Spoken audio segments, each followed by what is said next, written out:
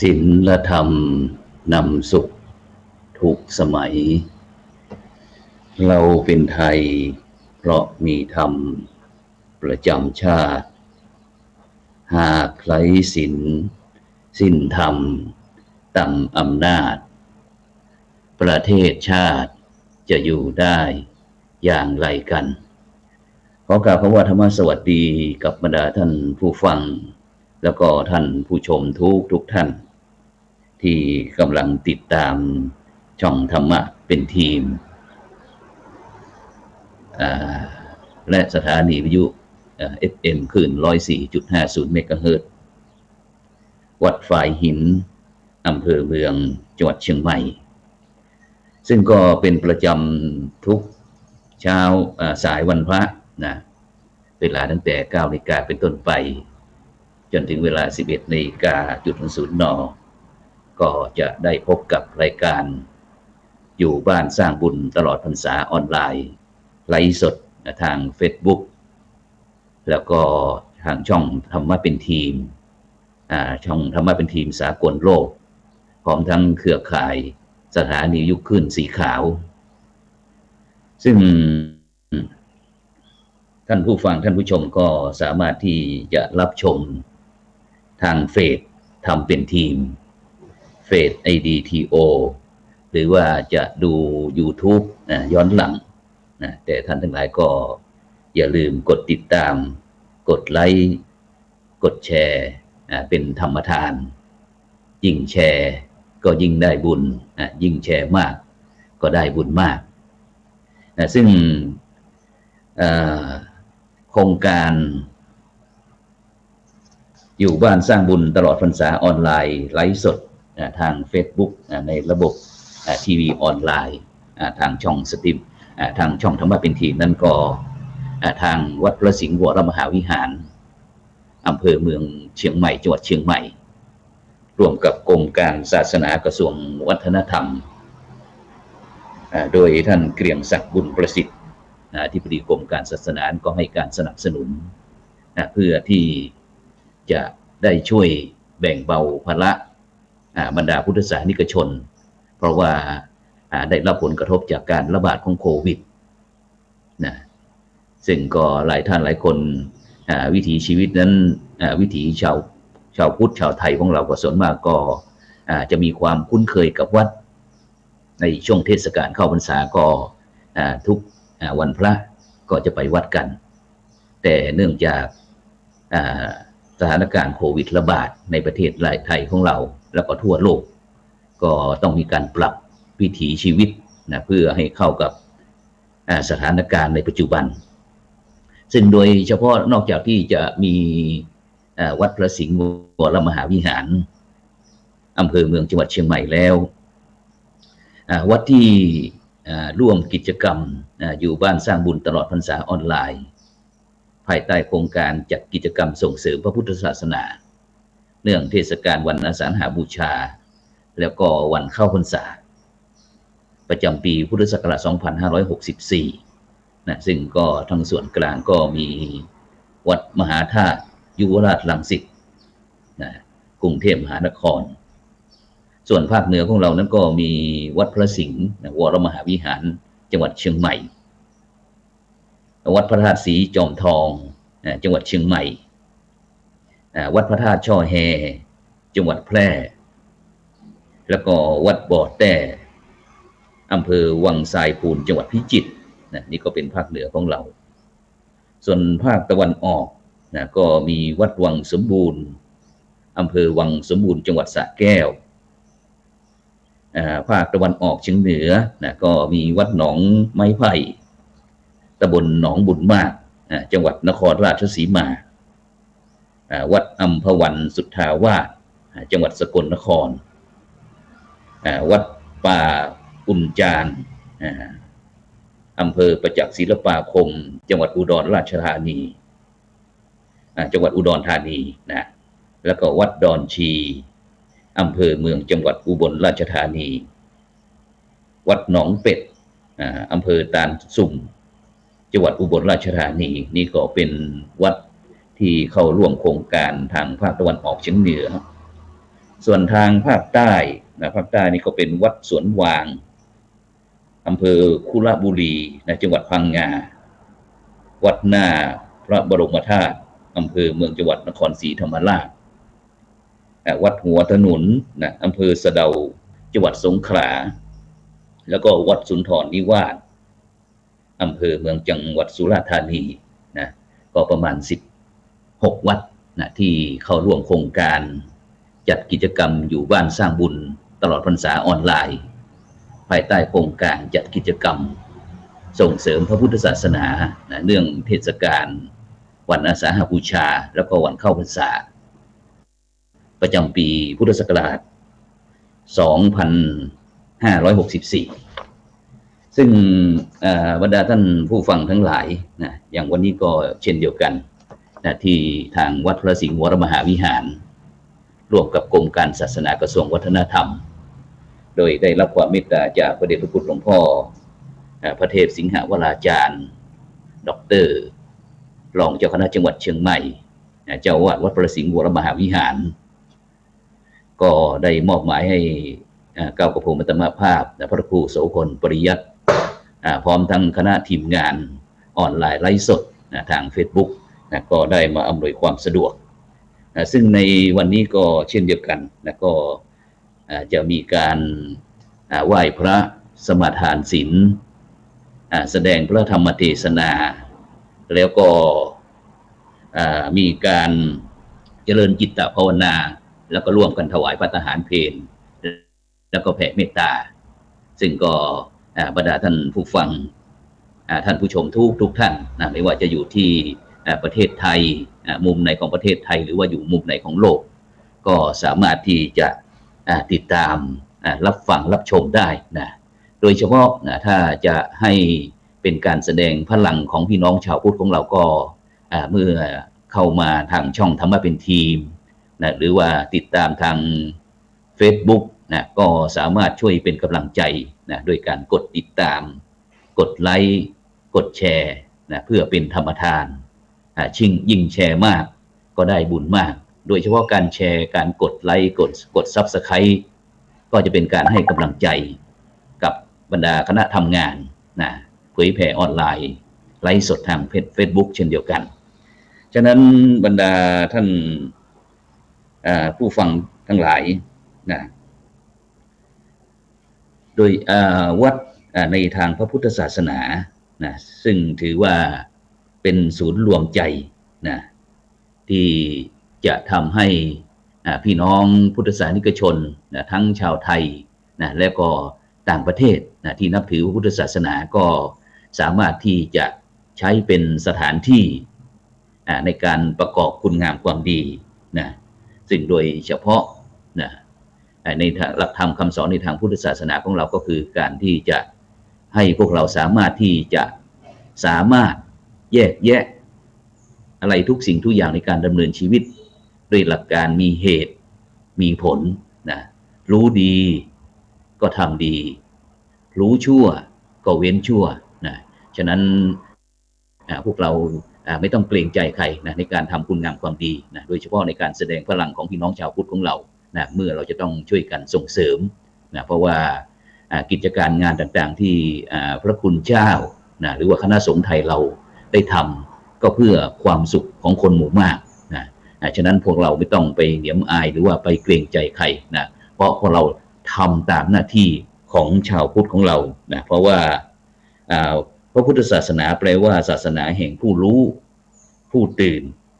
ผู้เบิกบานเป็นศาสนาแห่งปัญญาไม่ใช่เป็นศาสนาแห่งความเขลาหรือว่าเบาปัญญารู้ก็คือฉลาดคนฉลาดก็ย่อมทำวันเวลานั้นให้มีคุณค่าไม่ปล่อยวันเวลาให้ล่วงไปเปล่าปราศจากประโยชน์ซึ่งหลวงตาแผ่เยื่อไม้วัดประยูรวงศาวาสบอกว่าอันเงินทองหล่นหายย้อนไปหายังมีท่าหวังพบประสบสมแต่คืนวันผ่านไปไม่ปราลงจะนิยมย้อนหลังอย่าหวังเลยเพราะฉะนั้นบรรดาท่านผู้ฟังทั้งหลายกรมการศาสนากระทรวงวัฒนธรรม โดยท่านเกรียงศักดิ์บุญประสิทธิ์พร้อมอธิบดีกรมการศาสนากระทรวงวัฒนธรรมของเราก็ได้มีโครงการดีๆเพื่อที่จะแบ่งเบาภาระผลกระทบจากที่การดำเนินชีวิตของพี่น้องคนไทยของพี่น้องชาวพุทธทุกท่านทั่วโลกให้เบาบางลงโดยใช้วิถีธรรมวิถีไทยวิถีพุทธหรือว่าใช้พุทธวิธีวิธีของพระพุทธเจ้าก็เลยได้ขอความเมตตาจากพระคุณเจ้าเจ้าอาวาสวัดต่างๆที่มีความพร้อมในการที่จะช่วยเผยแผ่ดำเนินกิจกรรมดังกล่าวเพราะฉะนั้นเนี่ยวัดก็ถือว่าเป็นสถานที่สำคัญเพราะว่าเป็นศูนย์รวมใจของบรรดาพุทธศาสนิกชนในชุมชนในหมู่บ้านในประเทศชาติในโลกที่เรายอมนับถือพระรัตนตรัยเป็นที่ยึดเหนี่ยวจิตใจเพราะฉะนั้นเนี่ยบรรดาท่านผู้ฟังทั้งหลายก็มีตั้งวัดในประเทศไทยของเราที่เข้าร่วมโครงการก็ประมาณ16วัดซึ่งตรงเนี้ยที่วัดได้ทำกิจกรรมดังกล่าวเนี่ยก็เป็นการวัดความรู้ความสามารถของเจ้าอาวาสวัดนั้นๆว่าท่านมีความสามารถในการที่จะพัฒนาวัดวาอารามให้เป็นที่เจริญหูเจริญตาเจริญจิตเจริญใจแต่คณะศรัทธาญาติโยมท่านทั้งหลายได้มากน้อยเพียงไรแล้วก็วัดสามารถของคณะศรัทธาญาติโยมด้วยว่าในสถานการณ์โควิดเนี้ยพี่น้องพุทธศาสนิกชนศรัทธาญาติโยมมีความมั่นคงต่อในทางพระพุทธศาสนาขนาดไหนโดยเฉพาะในปัจจุบันเนี้ยซึ่งเราจะเห็นทางสื่อได้ออกมาวิพากษ์วิจารณ์พระสงฆ์บอกว่า2 พศซึ่งก็ย่อจากพระสงฆ์นั่นแหละซึ่งก็บอกว่าประพฤติปฏิบัติไม่เหมาะสมของความเป็นพระบ้างของสมณสารูปบ้างซึ่งหลายท่านหลายคนก็สามารถที่จะวิพากษ์วิจารณ์ได้แต่เราจะต้องเข้าใจอย่างที่หลายประเทศที่เขานับถือพระพุทธศาสนาอย่างยกตัวอย่างประเทศเวียดนามประเทศญี่ปุ่นอะไรต่างๆเนี่ยเขาแพ้สงครามได้เข้าสู่ระบบการลบการใช้ศัตราอาวุธต่างๆลบฆ่าฟันกันเพื่อความเป็นใหญ่เพื่อความชนะเพื่อความเป็นเลิศแต่ผลสุดท้ายก็แพ้สงครามเมื่อแพ้สงครามแล้วเขาก็กลับไปพัฒนาประเทศชาติของเขาเมื่อก่อนประเทศไทยของเรานี่ก็จะอยู่แนวหน้าแต่ในปัจจุบันนี่ไม่รู้เหมือนกันว่าประเทศไทยยังจะอยู่แนวหน้าเหมือนเดิมหรือเปล่าฉะนั้นเนี่ยพี่น้องพุทธศาสนิกชนจะต้องแสดงพลังออกมาช่วยกันสามารถที่จะแยกแยะด้วยเหตุด้วยผลไม่ใช่ว่าตรงนี้เป็นพระของฉันคนรูปนั้นไม่ใช่พระของฉันนั้นเป็นวัดบ้านฉันตรงนั้นไม่ใช่วัดบ้านฉันเป็นวัดอีกวัดของหมู่บ้านหนึ่งตรงนี้ไม่ถูกซึ่งพระพุทธศาสนาเนี่ยบรรดาท่านผู้ฟังท่านผู้ชมทุกท่านซึ่งก็เป็นของพี่น้องชาวพุทธเป็นสมบัติของชาวโลกที่ได้เกิดขึ้นในโลกใบนี้ซึ่งทุกท่านทุกคนไม่เลือกชาติชั้นวรรณะต่างๆก็สามารถที่จะนำหลักธรรมวิถีคิดวิถีประพฤติปฏิบัติของพระพุทธศาสนาของเราไปประพฤติปฏิบัติได้เพราะศาสนาของเราเป็นศาสนาแห่งความจริงทุกคนไม่สามารถที่จะหลุดพ้นจากความจริงนี้ไปได้ไม่ว่าจะเป็นเรื่องมีรักมีชังมีสมหวังมีผิดหวังมีดีใจมีเสียใจมีสรรเสริญมีนินทาซึ่งเหล่านี้มันเป็นโลกธรรมทุกชีวิตที่เกิดมาในโลกผืนนี้จะต้องพบโลกธรรมทั้ง8ไม่เรียกว่าตรงนั้นเป็นคนไทยนับถือพุทธศาสนาตรงนั้นเป็นพี่น้องที่นับถืออิสลามพี่น้องนับถือคริสต์พี่น้องนับถือพราหมณ์ตรงนั้นพูดกันง่ายๆอย่าง เชื้อไวรัสโควิด19นี่ก็เหมือนกันเขาไม่ได้เลือกว่าตรงนั้นเป็นพี่นั้นเป็นศาสนานั้นนี่เป็นศาสนานี้เป็นศาสนาพุทธไม่ต้องเข้าไปนะนี่เป็นพระเป็นเนรนะเชื้อโรคไม่ต้องไปเข้าไปรังควานไปรังแกไปทำร้ายชีวิตท่านนะไม่ใช่เพราะว่ามนุษย์นะทุกรูปทุกนามก็เป็นธรรมชาติเช่นเดียวกันนะฉะนั้นก็เป็นโอกาสที่ดีที่เกิดโควิดขึ้นว่าพี่น้องพุทธศาสนิกชนทั้งโลกเนี่ยสามารถที่จ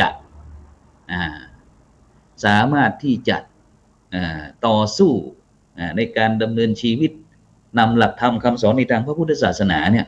มาใช้อย่างไรนะแล้วก็คณะศรัทธาญาติโยมเมื่อได้เจอวิกฤตการระบาดของโควิดแล้วเนี่ยจะทำวิกฤตให้เป็นโอกาสอย่างไรว่าจะมีการเข้าวัดปฏิบัติธรรมด้วยวิธีไหนหรือว่าจะมีกำลังอุปถัมภ์ค้ำชูบำรุงมากน้อยเพียงไรนี่ก็เป็นวันพระที่14เดือนกันยายนปีพุทธศักราช2564ขึ้น8ค่ำเดือน12เหนือเดือน10ใต้นะซึ่งก็เหลือเวลาไม่มากก็ประมาณสักเดือนนิดๆเดือนกว่านิดๆหนึ่งนะก็จะออกพรรษาอีกแล้วจะถึงเวลาเทศกาลออกพรรษาซึ่งประเพณีชาวพุทธของเราเวลาเทศกาลออกพรรษาก็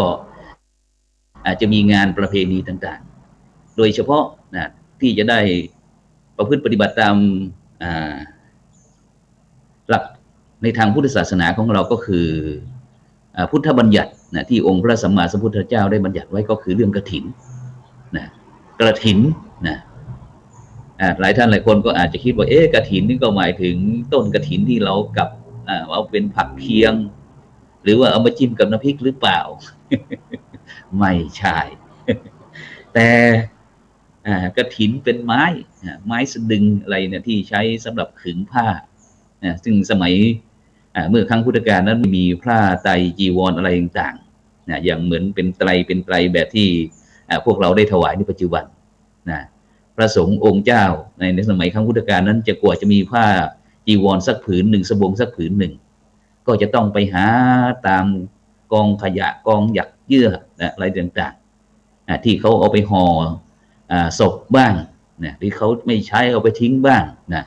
ก็เอามาตัดปะนู่นปะนี่เอาขึ้นมาห่มมาคลองแต่การตัดเย็บก็ต้องใช้ไม้สะดึงหรือว่าผ้ากฐินที่ว่านั้นต้องใช้ไม้สะดึงขึงเพื่อที่จะทำให้เป็นถ้าเป็นประเทศไทยของเราก็จะเห็นในการทำนาของชาวไร่ชาวนาในทางภาคเหนือภาคอีสานหรือว่าภาคกลางถ้าทางภาคเหนือนั้นก็จะเป็นที่ลุ่มดอนที่ไม่ราบเสมอกันก็จะเป็นที่สูงบ้างต่ำบ้างก็นาแต่ละพื้นที่ก็จะไม่เสมอกันก็จะปรับพื้นที่เป็นระดับสูงบ้างต่ำบ้างเป็นใหญ่บ้างขนาดใหญ่บ้างเล็กบ้างผลสุดท้ายก็เป็นเหลี่ยมคล้ายกับจีวรของเราฉะนั้นเราก็จะสังเกตพระจีวรของพระของเนรเราก็จะมีเป็นช่องเป็นตาคล้ายกับหมากฮอดแต่มันไม่เสมอกันบางพื้นที่ก็ใหญ่บางพื้นที่ก็เล็กฉะนั้นเนี่ยในบรรดาท่านผู้ฟังทั้งหลายฉะนั้นพวกเราก็จะต้องแสดงว่าพลังของพี่น้องพุทธศาสนิกชนของเราให้สมกับที่เป็นชาวพุทธนี้เมื่อกี้ได้พูดถึงเรื่องวัดเรื่องความรู้ความสามารถของสมภารเจ้าหรือว่าเจ้าอาวาสแล้วก็คณะสัตยาญาติโยมวัดที่สองก็คือเรื่องวัดบารมีวัดบารมีของพระคุณเจ้าในวัดนั้นๆว่ามีคุณงามความดีพอที่จะให้คณะสัตยาญาติโยมได้เลื่อมใสศรัทธาบ้างไหมหรือว่าจะเป็นที่เนื้อนาบุญมากน้อยเพียงไรในสถานการณ์ในปัจจุบันเนี่ยบรรดาท่านผู้ฟังท่านผู้ชมทั้งหลายเราจะเห็นว่าพระคุณเจ้าหรือว่าคณะสงฆ์ไทยของเราโดยการนำของพระเดชพระคุณเจ้าพระคุณสมเด็จพระสังฆราชสกลสังฆมหาปรินายกของเราผู้นำแห่งศาสนาของเราก็ได้นำคณะสงฆ์ไทยเนี่ยได้บำบัดทุกข์บำรุงสุขได้เสริมเติมเต็มพี่น้องคนไทยทั้งชาวไทยและต่างประเทศที่ได้รับผลกระทบจากโควิดโดยเฉพาะเรื่องปากเรื่องท้อง โครงการต่างๆไม่ว่าจะเป็นโครงการหมู่บ้านรักษาศีล 5โครงการวัดประชารัฐสร้างสุขแล้วก็อีกหลายโครงการที่ได้นำสิ่งของที่จะเข้ามาช่วยบำบัดทุกข์บำรุงสุขแม้กระทั่งพระคุณเจ้าคณะสงฆ์แต่ละภาคไม่ว่าจะเป็นภาคเหนือภาคใต้ภาคกลางภาคอีสานแม้กระทั่งต่างประเทศก็ช่วยกันโดยเฉพาะไม่ว่าจะเป็นฟ้าทลายโจรบ้างขิงบ้างคาบ้างอะไรที่มีเป็นองค์ความรู้ที่พระคุณท่านได้มีข้อองค์ความรู้อยู่ได้สืบทอดจากรุ่นต่อรุ่นไม่เป็นภูมิปัญญาของบรรพชนต่างๆก็นำมาเพื่อที่จะบำบัดทุกข์บำรุงสุขให้พี่น้องชาวโลกเนี่ยได้มีความสุขอย่างแท้จริงความสุขโลกีมีว่าชั่วคราวความสุขยืนยาวต้องเข้าหาธรรมแล้วก็วัดศักดิ์ศรีวัดศักดิ์ศรีก็คือศักดิ์ศรีของวัดเนี่ยศักดิ์ศรีของความเป็นพุทธบริษัทไม่ว่าจะเป็นอุบาสกอุบาสิกาพระสงฆ์สามเณรต่างๆแล้วก็โดยเฉพาะอย่างวัดพระสิงห์วรมหาวิหารเนี่ยก็วัดความเป็นศักดิ์ศรีของความเป็นพระอารามหลวงชนิดวรมหาวิหารชั้นเอก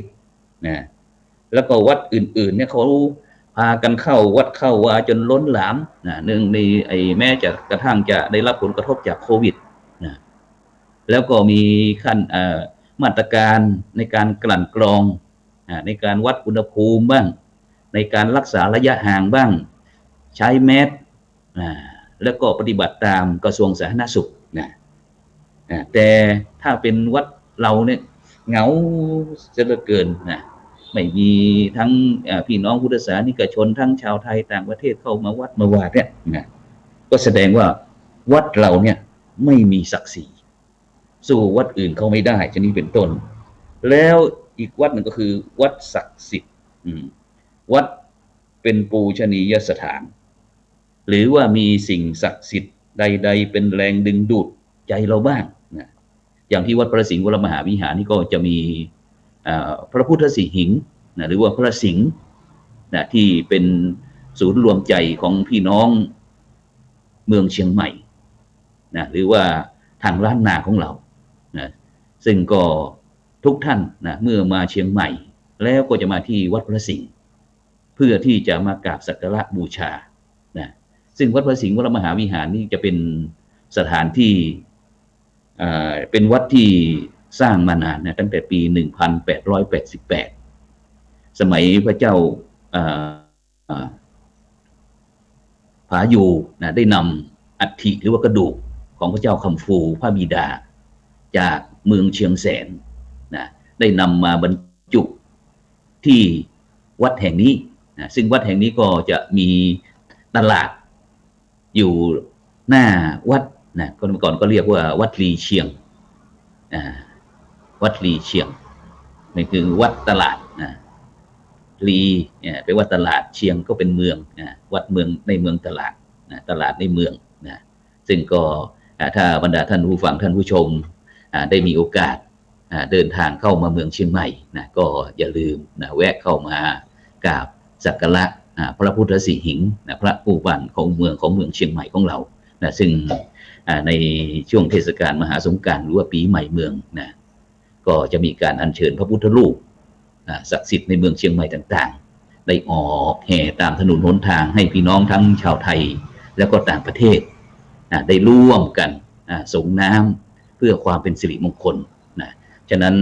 ในเวลาตั้งแต่ 9 นาฬิกาจนถึงเวลา 11 นาฬิกาเราก็จะไลฟ์สดจากวัดพระสิงห์วรมหาวิหารอำเภอเมืองจังหวัดเชียงใหม่ซึ่งเวลาประมาณ 9:30 นาทีเราก็จะเริ่มไลฟ์สดจากบริเวณพระวิหารหลวงวัดพระสิงห์วรมหาวิหารซึ่งก็มีทีมงานทำการไลฟ์สดก็มีพระครูสังฆรักษ์อำนาจธีรวิริโยพร้อมทั้งลูกๆสามเณรซึ่งในช่วงนี้ก็เรียนแบบออนไลน์เรียนแบบออนไลน์ไม่ได้เรียนตามห้องนอกจากที่วันนี้เป็นวันพระแล้วก็ในภาคเช้าลูกเนรนั้นก็จะเข้าทำกิจกรรมบนพระวิหารหลวงแล้วก็ในภาคบ่ายก็จะได้เรียนนักธรรมก็คือนักธรรมชั้นตรีชั้นโทชั้นเอก ซึ่งปีนี้นั้นทางแม่กลองทำสนามหลวงนั้นก็ได้ประกาศว่านักธรรมชั้นตรีนั้นก็จะสอบในวันที่15 16นะ17 18นะเดือนตุลาคมนะเดือนตุลาคมเนี่ยนะที่จะถึงเนี่ยนะเหลือประมาณสัก4 อาทิตย์นะฉะนั้นก็บรรดาท่านผู้ฟังท่านผู้ชมก็สามารถที่จะร่วมบำเพ็ญบุญบำเพ็ญกุศลเกี่ยวกับรายการอยู่บ้านสร้างบุญออนไลน์ตลอดพรรษานะกับวัดพระสิงห์วรมหาวิหารแล้วก็อีกหลายๆวัดนะที่ได้ประชาสัมพันธ์ไปนะไม่ว่าจะเป็นทางส่วนกลางนะก็ที่วัดมหาธาตุยุวราชรังสิตนะกรุงเทพมหานครภาคเหนือของเราก็มีด้วยกันประมาณวัดพระสิงห์วรมหาวิหารจังหวัดเชียงใหม่วัดพระธาตุสีจอมทองจังหวัดเชียงใหม่นะวัดพระธาตุช่อแฮจังหวัดแพร่แล้วก็วัดบ่อแต้จังหวัดพิจิตรนะนี่คือภาคเหนือของเราส่วนภาคตะวันออกนะก็เป็นวัดวังสมบูรณ์จังหวัดสระแก้วนะภาคตะวันออกเฉียงเหนือก็จะเป็นวัดหนองไม้ไผ่จังหวัดนครราชสีมาวัดอัมพวันจังหวัดสกลนครวัดป่าอุจจารจังหวัดอุดรธานีนะวัดดอนชี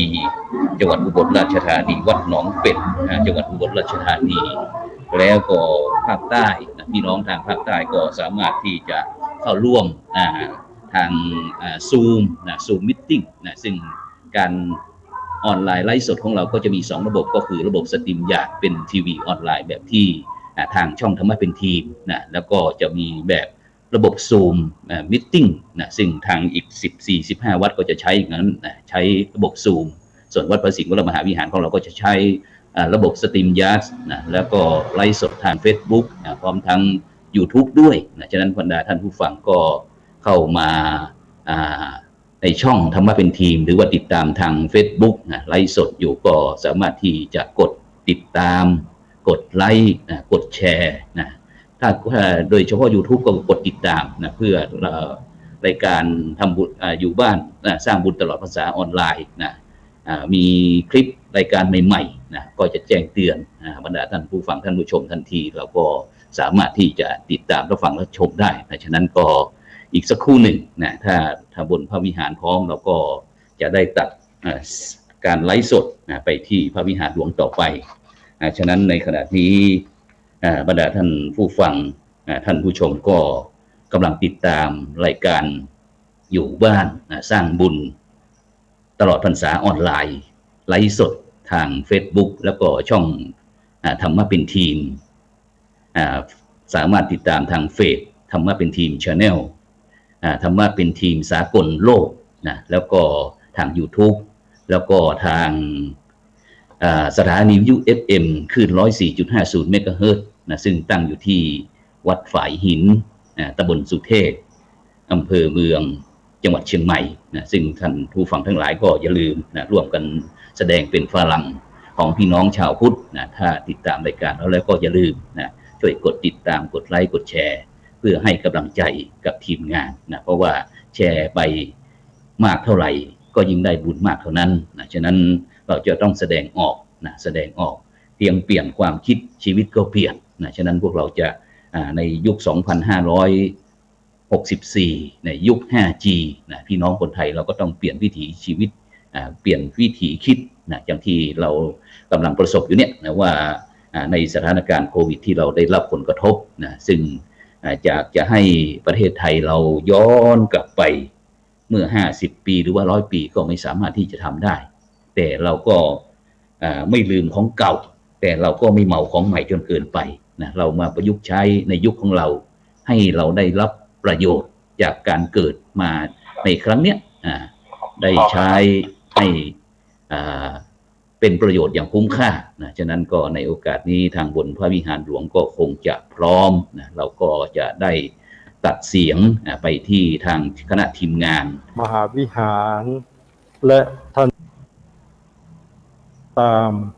รับฟังและรับชมทางการถ่ายทอดทางอินเทอร์เน็ต Global Network ในวันนี้นะครับณโอกาสต่อนนี้ไปขอเชิญชวนทุกท่านได้สดับพระธรรมเทศนาซึ่งในวันนี้โปรดเมตตาแสดงโดยท่านพระครูอุปถัมภกิจโกศล ผู้ช่วยเจ้าอาวาสวัดพระสิงห์วรมหาวิหารนะครับ Good morning, ladies and gentlemen. Today is the Buddhist holiday of Buddhism. The hereafter, everyone is invited to listen to the Dhamma, preached by the assistance of the abbot of Wat Prasing Wara Mahavihan, Chiang Mai, Thailand. We welcome the all of you to join with us to merit-making ceremony. Thank you very much. มะยังพันเตวิสุงรักขณทายาติสรณเนนะสหปัญจศีรานิยาจามาทุติยมปิมายังพันเตวิสุงรักขณทายาติสรณเนนะสหปัญจศีรานิยาจามาตติยมปิมายังพันเตวิสุงรักขณทายาติสรณเนนะสหปัญจศีรานิยาจามานะโมตัสสะภะคะวะโตอะระหะโตสัมมาสัมพุทธัสสะนะโมตัสสะภะคะวะโตอะระหะโตสัมมาสัมพุทธัสสะนะโมตัสสะภะคะวะโตอะระหะโตสัมมาสัมพุทธัสสะนะโมตัสสะภะคะวะโตอะระหะโตสัมมาสัมพุทธัสสะ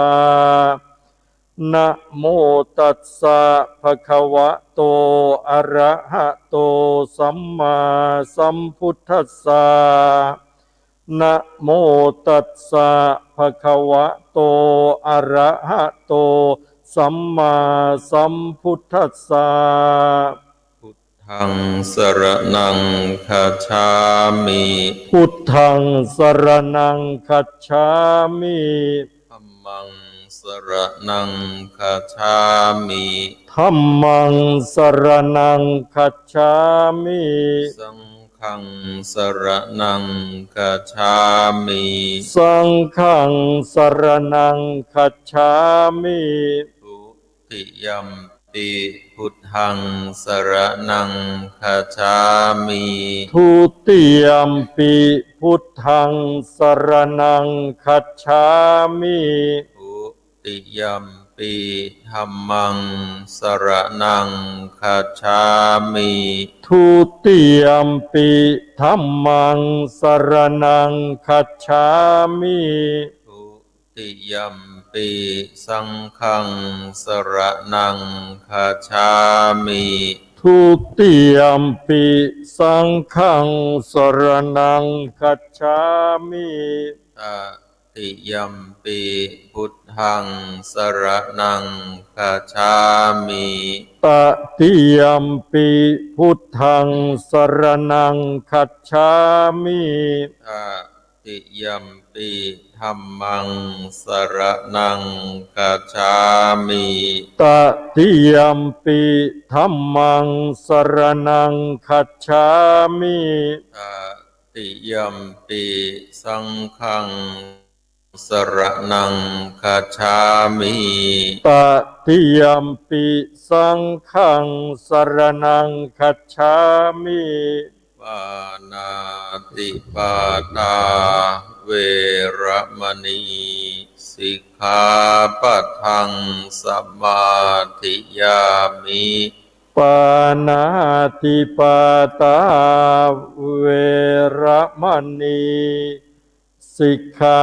ปะทังสมาธิยามิอทินนาทานาเวระมณีสิกขาปะทังสมาธิยามิ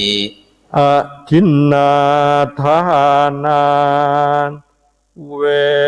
ระมณีสิกขาปะทังสมาธิยามิ กาเมสุมิชาจาราเวระมณีสิกขาปะทังสมาธิยามิ กาเมสุมิชาจารานเวระมณีสิกขาปะทังสมาธิยามิ มุสาวาทาเวระมณีสิกขาปะทังสมาธิยามิ มุสาวาทานเวระมณีสิกขาปะทังสมาธิยามิ สุราเมรยะมัชฌะปมาทฐานาเวระมณีสิกขาปะทังสมาธิยามิ สุราเมรยะมัชฌปมาทฐานาเวระมณีสิกขาปะทังสมาธิยามิ อิมานิปัญจสิกขาปทานิสีเรนะสุขติงยันติ สาธุ สีเรนะโภคสัมปทา สาธุ สีเรนะนิพุติงยันติตัสมาสีรังวิโสทะเย สาธุพระมาจโรกาธิปติสหัมปติ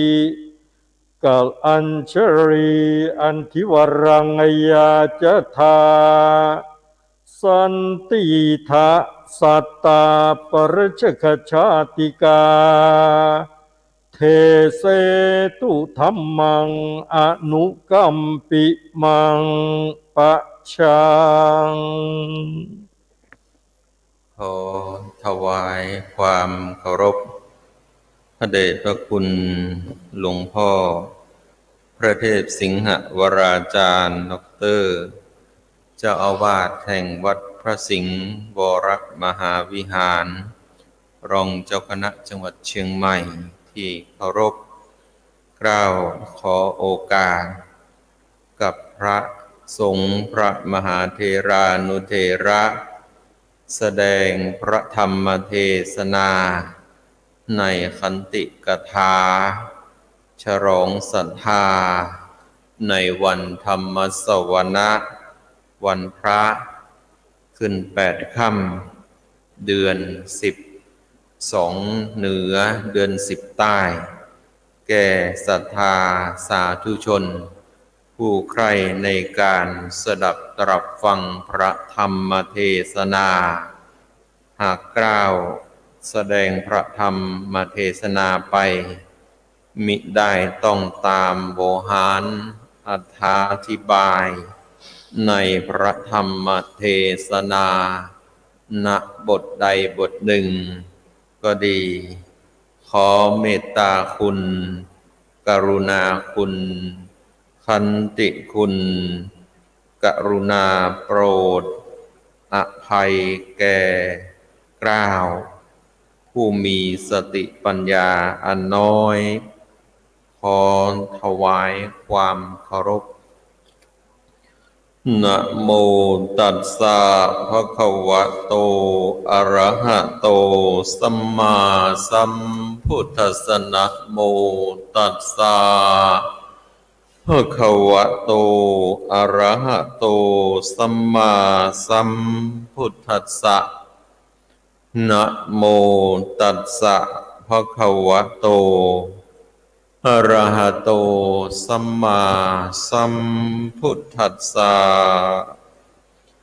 ขันติ หิตะสุขาวหาติณวรโอกาสบัดนี้จะได้น้อมนำเอาพระสัทธรรมเทศนาในขันติกถาพรรณนาถึงขันติคือความอดทนอันเป็นธรรมที่สำคัญที่สุดข้อหนึ่งในทางพระพุทธศาสนาด้วยว่ากิจกรรมทุกอย่างการปฏิบัติทุกชนิดทั้งทางคดีโลกและทางคดีธรรมตั้งแต่ระดับต่ำที่สุดตลอดขึ้นไปจนถึงระดับสูงที่สุดล้วนต้องอาศัยความอดทนทั้งสิ้นหากขาดขันติเสียแล้วกิจกรรมต่างๆเหล่านั้นจักสำเร็จมิได้เลยหรือจักสำเร็จบ้างก็ไม่สมบูรณ์เปรียบเหมือนการสร้างตึกบนรากฐานที่ไม่มีความมั่นคงก็มีหวังที่จะต้องทรุดหรือพังไปในที่สุดแม้ในเรื่องความสุขก็เหมือนกันต้องอาศัยขันติเข้ามาร่วมเป็นทุนอยู่ด้วยความสุขจึงจักบังเกิดขึ้นตลอดการที่จะบรรลุถึงมรรคผลและนิพพานอันเป็นยอดของความสุขก็ล้วนอาศัยขันติทั้งนั้นสมกับกทุธรรมภาษิตในบทสวดมนต์ฉบับหลวงที่ยกขึ้นตั้งไว้ข้างต้นว่าขันติหิตะสุขาวหาซึ่งแปลว่าขันตินำประโยชน์สุขมาให้ดังนี้ในมงคลสูตรพระพุทธเจ้าทรงตรัสยกขันติขึ้นว่าเป็นมงคลชีวิตด้วยข้อหนึ่งในบรรดามงคลชีวิตทั้ง38ประการนั้นขันติธรรมจึงเท่ากับเพชรเม็ดล้ำค่าที่ทุกคนควรหาไว้เป็นสมบัติขันติท่านแปลกันมาว่าความอดทนนับว่าเป็นคำแปลที่เหมาะเจาะมีความหมายลึกซึ้งมีทั้งอดมีทั้งทนเรียกว่าเป็นคำแปลที่เหมาะสมกับอารมณ์ของคนเราในยุคสมัยนี้ซึ่งมีสถานการณ์ทั้งภายในและสังคมภายนอกมีเหตุการณ์โรคระบาดที่เกิดขึ้นสังคมภายนอกเราต้องอดทนด้วยการใช้ชีวิตดำเนินชีวิตต้องมีความทั้งอดและทนสังคมภายในชีวิตของเราของแต่ละครอบครัวก็ต้องใช้ความอดทนกันทั้งนั้นไม่ว่าจะเป็นปัญหาทั้งการอยู่ร่วมกันสังคมครอบครัวจะต้องใช้ความอดทนซึ่งเราจะต้องใช้ให้มากอดเราใช้กับสิ่งที่ชอบที่ต้องการแต่ว่าณเวลานั้น เรายังต้องอดไว้ก่อนเพื่อให้ได้ความสำเร็จมาทนใช้กับสิ่งที่ไม่ชอบอารมณ์ที่ไม่ต้องการเราต้องทนกับอารมณ์ของความทนอย่างนี้เพื่อให้ประโยชน์เกิดขึ้นแก่สังคมแก่ตัวเรานั่นเองทั้งสองอย่างนี้เมื่ออย่างใดอย่างหนึ่งเกิดขึ้นแล้วถ้าไม่อดทนในเวลาที่ควรรอหรือไม่ทนในเวลาที่ควรทนก็เสียหายเกิดความเสียหายเกิดขึ้นเช่นบางคนอยากจะกินก็กิน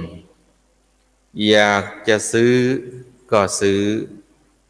ถ้าเรื่องที่อยากนั้นเหมาะสมไม่มีโทษก็ไม่เป็นไรแต่ถ้าเป็นเรื่องเกินพอดีหรือมีอันตรายก็พาให้เกิดทุกข์ภัยเหมือนกับคนไข้กินของแสลงฉะนั้นอยากจะกินอาหารแสลงแต่ไม่รู้ว่าตนเอง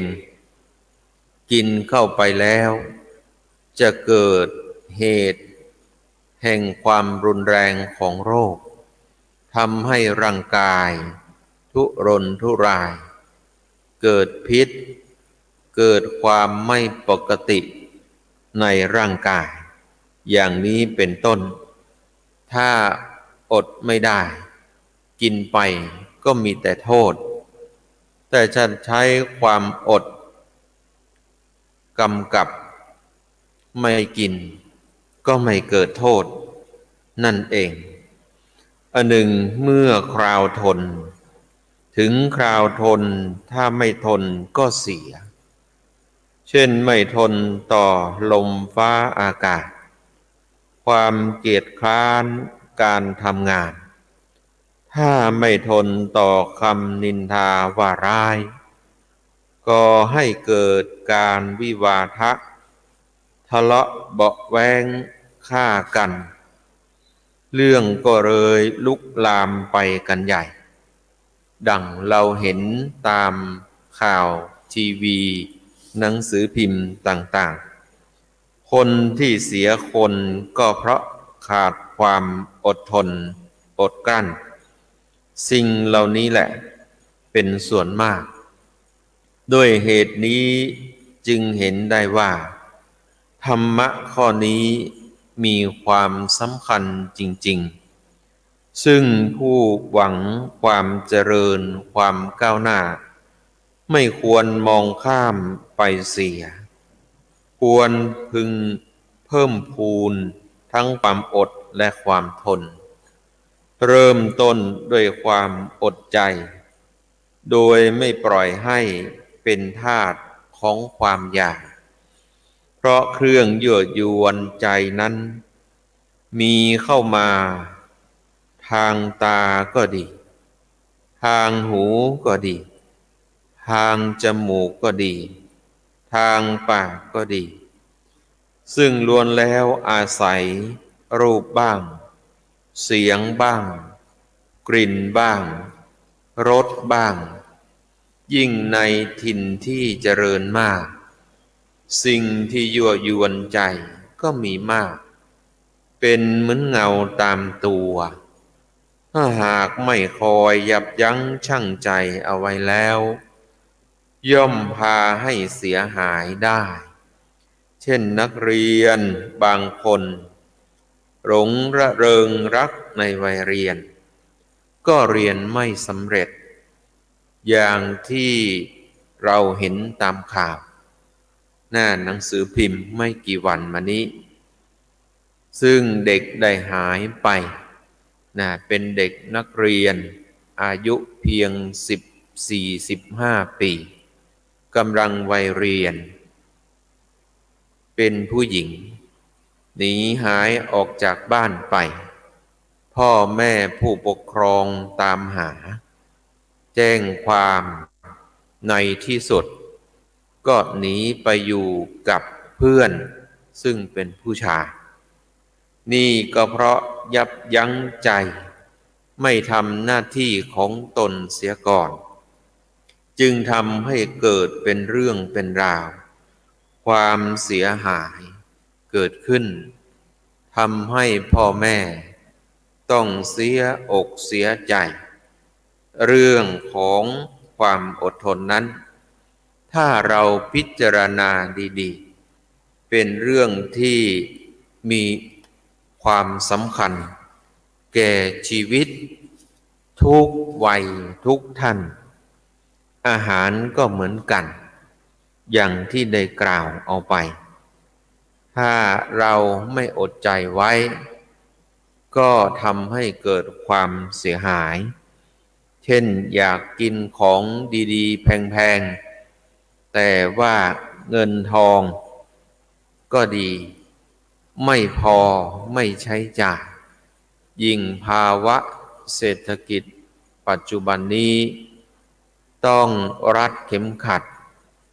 บางทีเงิน100 บาทหลายคนกินได้ทั้งครอบครัวเงิน100 บาทบางคนกินแค่กาแฟแก้วเดียวก็หมดเป็น100คุณค่าของเงิน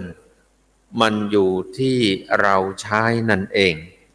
เพราะฉะนั้นต้องใช้ความอดทนให้ดีกับการดำเนินชีวิตและเราอย่าได้ประมาทกับการดำเนินชีวิตของเราเขาถึงบอกว่าขาดอาหารนั้นอยู่ได้เพียงแค่7 วันถ้าขาดน้ำอยู่ได้เพียงแค่5 วันขาดอากาศอยู่ได้เพียง3 นาทีถ้าขาดคุณงามความดีแม้จะอยู่เป็น100 ปีก็ไม่มีคุณค่ากับการมีชีวิตอยู่เพียงไม่กี่ปีแต่สร้างคุณงามความดีสร้างคุณูปการไว้ให้กับสังคมให้กับประเทศชาติพระศาสนาบ้านเมืองก็เป็นบุคคลที่มีค่าคนทุกคนทุกท่านล้วนมีค่าอยู่ในตัวเองทั้งนั้นบางคนใช้ชีวิตสเปะสปะอยู่ไปวันๆตื่นเช้าขึ้นมาล้างหน้าแปรงฟันกินอาหารเสร็จแล้วก็อยู่ไปวันๆไม่หาคุณค่าให้กับตัวเองแต่หลายคนหลายท่านมองเห็นชีวิตทุกวินาทีมีคุณค่าตื่นขึ้นมาปฏิบัติตัวให้มีคุณค่าเช่นตื่นขึ้นมาล้างหน้าแปรงฟันทำสมาธิเพื่อให้เกิดความตั้งมั่นเพื่อให้มีสติแล้วเรียบเรียงสิ่งที่มีความสำคัญในชีวิตตั้งเป้าหมายในชีวิตว่าวันนี้เรามีอะไรที่จะต้องทำที่จะต้องปฏิบัติสรรสร้างเพื่อให้เกิดประโยชน์ที่สุดหลายคนตื่นขึ้นมาแล้วทำวัดสวดมนต์ปฏิบัติธรรมเพื่อให้จิตใจของเราหนักแน่นตั้งมั่นมีสติมีปัญญาเรียบเรียงปัญหาที่วันนี้เราจะต้องทำอะไรวันนี้เป็นวันพระเดือน12เหนือเดือน10ใต้ขึ้น8 ค่ำชาวพุทธของเรา ผู้ที่เป็นพุทธศาสนิกเมธีก็จะเห็นประโยชน์มาทำบุญตักบาตรหุงหาอาหารมาทำบุญตักบาตรมาไหว้พระมาทำบุญมาตักบาตรมาสร้างคุณงามความดี ส่วนหนึ่งดูแลพระพุทธศาสนาดูแลพระสงฆ์สามเณรที่จำพรรษาอยู่ในวัดนั้นๆเสร็จแล้วก็มีการทำบุญอุทิศส่วนบุญส่วนกุศลไปให้แก่บรรพบุรุษบรรพชนแล้วมาฟังข้อคิดธรรมะโอวาทจากพระเดชพระคุณผู้เป็นประธานก็จะให้ข้อคิดในการดำเนินชีวิตในแต่ละวันแต่ละวันแล้วเราก็นำไปซึ่งการพิจารณาแห่งการประพฤติปฏิบัติในข้อกิจวัตรของเราบางทีชีวิตของเรานั้นไม่ได้ต้องการอะไรมากการใช้ชีวิตของเราทุกวันบางคนอยู่คนเดียวบางคนอยู่กับครอบครัวบางคนอยู่กับพ่อแม่บางคนอยู่กับสามีภรรยาก็ต้องใช้ความอดทนเขาถึงบอกว่าบางคนที่เข้ามาในชีวิตบางคนเป็นบทเรียนบางคนเป็นของขวัญบางคนเป็นมิตรบางคนเป็นศัตรูทั้งหมดทำให้เราเรียนรู้ว่าคนเป็นเช่นไรทั้งหมดทั้งมวลเป็นเครื่องเรียนรู้ทางนั้นในชีวิตของเราเราต้องตั้งสติเราต้องพิจารณาเราต้องเข้าใจในแต่ละบุคคลถึงจะอยู่ร่วมกันได้เพื่อให้เกิดประโยชน์ก็คือความสุขในชีวิตนั่นเองเพราะฉะนั้นแล้วการใช้ชีวิตอยู่คนเดียวบางครั้งบางทีการอยู่คนเดียวนั้นมันสอนให้เรารู้จักการดูแลตัวเองให้มากขึ้นรักตัวเองให้มากขึ้นใส่ใจตัวเองให้มากขึ้นเป็นห่วงตัวเองให้มากขึ้นและรู้จักพึ่งพาตนเองให้มากขึ้นเขาจึงบอกว่าถ้าเราพึ่งคนอื่นพึ่งได้ชั่วคราวแต่ถ้าหากอยากจะพึ่งให้ยืนยาวต้องพึ่งตัวของเราเองเป็นวลีคำที่ทำให้หลายๆคนได้คิดว่าเราเองนั้นมาก็มาตัวเปล่าไปก็ไปตัวเปล่าไปคนเดียวเหมือนกับเราขึ้นรถไฟขึ้นรถทัวร์เราขึ้นณต้นทางจุดหมายปลายทางอยู่ที่กรุงเทพบางคนขึ้นที่ลำพูนมานั่งกับเราคุยถูกคอกันพูดจาถูกคอกันก็ไปกันบางคนขึ้นที่ตากบางคนขึ้นที่สุโขทัยแล้วก็ไปด้วยกันบางคนไม่ถึงจุดหมายปลายทาง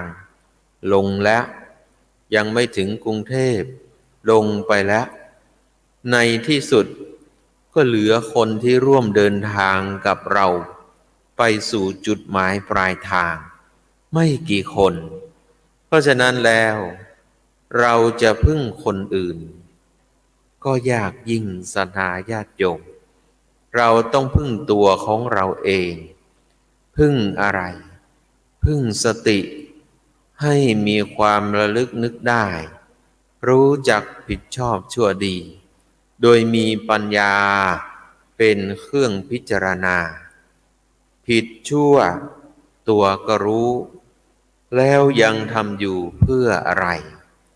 หากเราเล่นกับกรรมก็เหมือนกันเล่นกับไฟวันนี้อาจจะสะใจพรุ่งนี้และวันต่อไปต้องชดใช้กรรม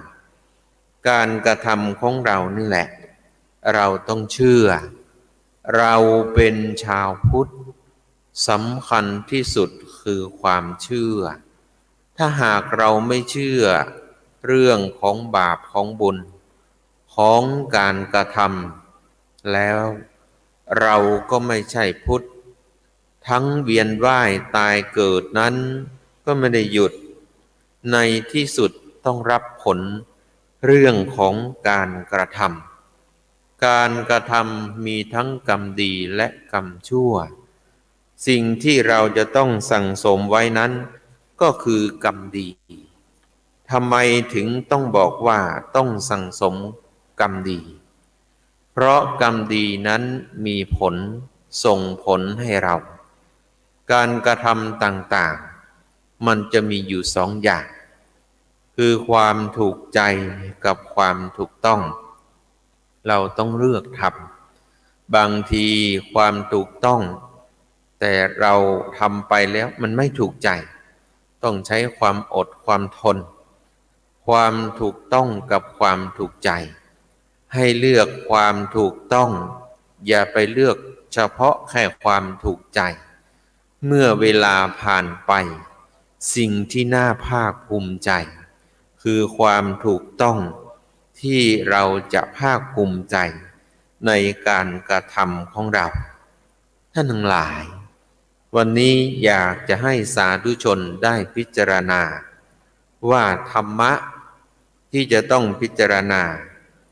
คือสิ่งที่จะต้องพิจารณาก็คือ1. สิ่งที่จะต้องเคารพคือพ่อแม่สิ่งที่จะต้องคิดแก้คือความไม่ดีหรือว่าอุปนิสัยที่ไม่ดีสิ่งที่จะต้องลืมเสียนั่นก็คือความในที่ผ่านมาแล้วไม่สร้างสรรค์สิ่งที่จะต้องทำได้ก็คือคุณงามความดีสิ่งที่จะต้องมีคือสติสิ่งที่จะต้องทิ้งไปก็คือปัญหาหรือความชั่วสิ่งที่จะต้องพกติดตัวก็คือปัญญาความรู้สิ่งที่จะต้องแก้ปัญหาก็คือตัวเราต้องใช้สติและปัญญาสิ่งที่จะต้องเคารพนั่นคือบิดามารดาหรือพ่อแม่ท่านเป็นพระในบ้านท่านเป็นผู้ให้กำเนิดเกิดเรามาเราจะต้องให้ความเคารพการเคารพบูชาคุณของพ่อแม่เขาบอกว่าคนที่เทิดทูนบูชาเคารพในพ่อแม่นั้นจะเป็นผู้ที่มีความเจริญตกน้ำไม่ไหลตกไฟไม่ไหม้มีชีวิตก็จะโชติช่วงชัชวาลบุคคลผู้รู้คุณแล้วตอบแทนพ่อแม่นั้นเป็นผู้ที่เจริญคืออยู่ก็ไม่อายใครเมื่อเรากล่าวถึงความกตัญญูเราเป็นผู้ที่มีความรู้คุณแล้วกตเวทิตาธรรมต่อพ่อต่อแม่เมื่อพระท่านเทศก็ดีบรรยายก็ดีเราจะไม่เอื่อมอายต่อการกระทำเราจะมีความภาคภูมิใจที่ได้มีความกตัญญูกตเวทิตาธรรมต่อบิดามารดาผู้มีพระคุณฉะนั้นสิ่งที่เราจะต้องเคารพและปฏิบัติต่อท่านก็คือการบูชาคุณของบิดามารดาไม่ยากบูชาปฏิบัติต่อท่านกตัญญูกตเวทิตาต่อท่านท่านให้อะไรเรามาเราก็แค่ให้อะไรที่ท่านเคยให้แก่เรามานั่นเองท่านให้เสื้อผ้าเราก็ให้เสื้อผ้าท่านให้อาหารเราก็ให้อาหารท่านให้สติปัญญา เราก็ให้ความรู้แก่ท่านในสิ่งที่ท่านไม่รู้หลายๆสิ่งหลายๆอย่างหลายคนบอกว่าพ่อแม่ฉลาดกว่าเราตั้งเยอะแต่หลายๆสิ่งหลายๆอย่างท่านก็ไม่รู้เช่นเทคโนโลยีใหม่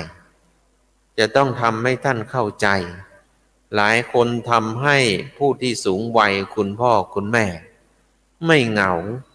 โดยการให้ใช้โทรศัพท์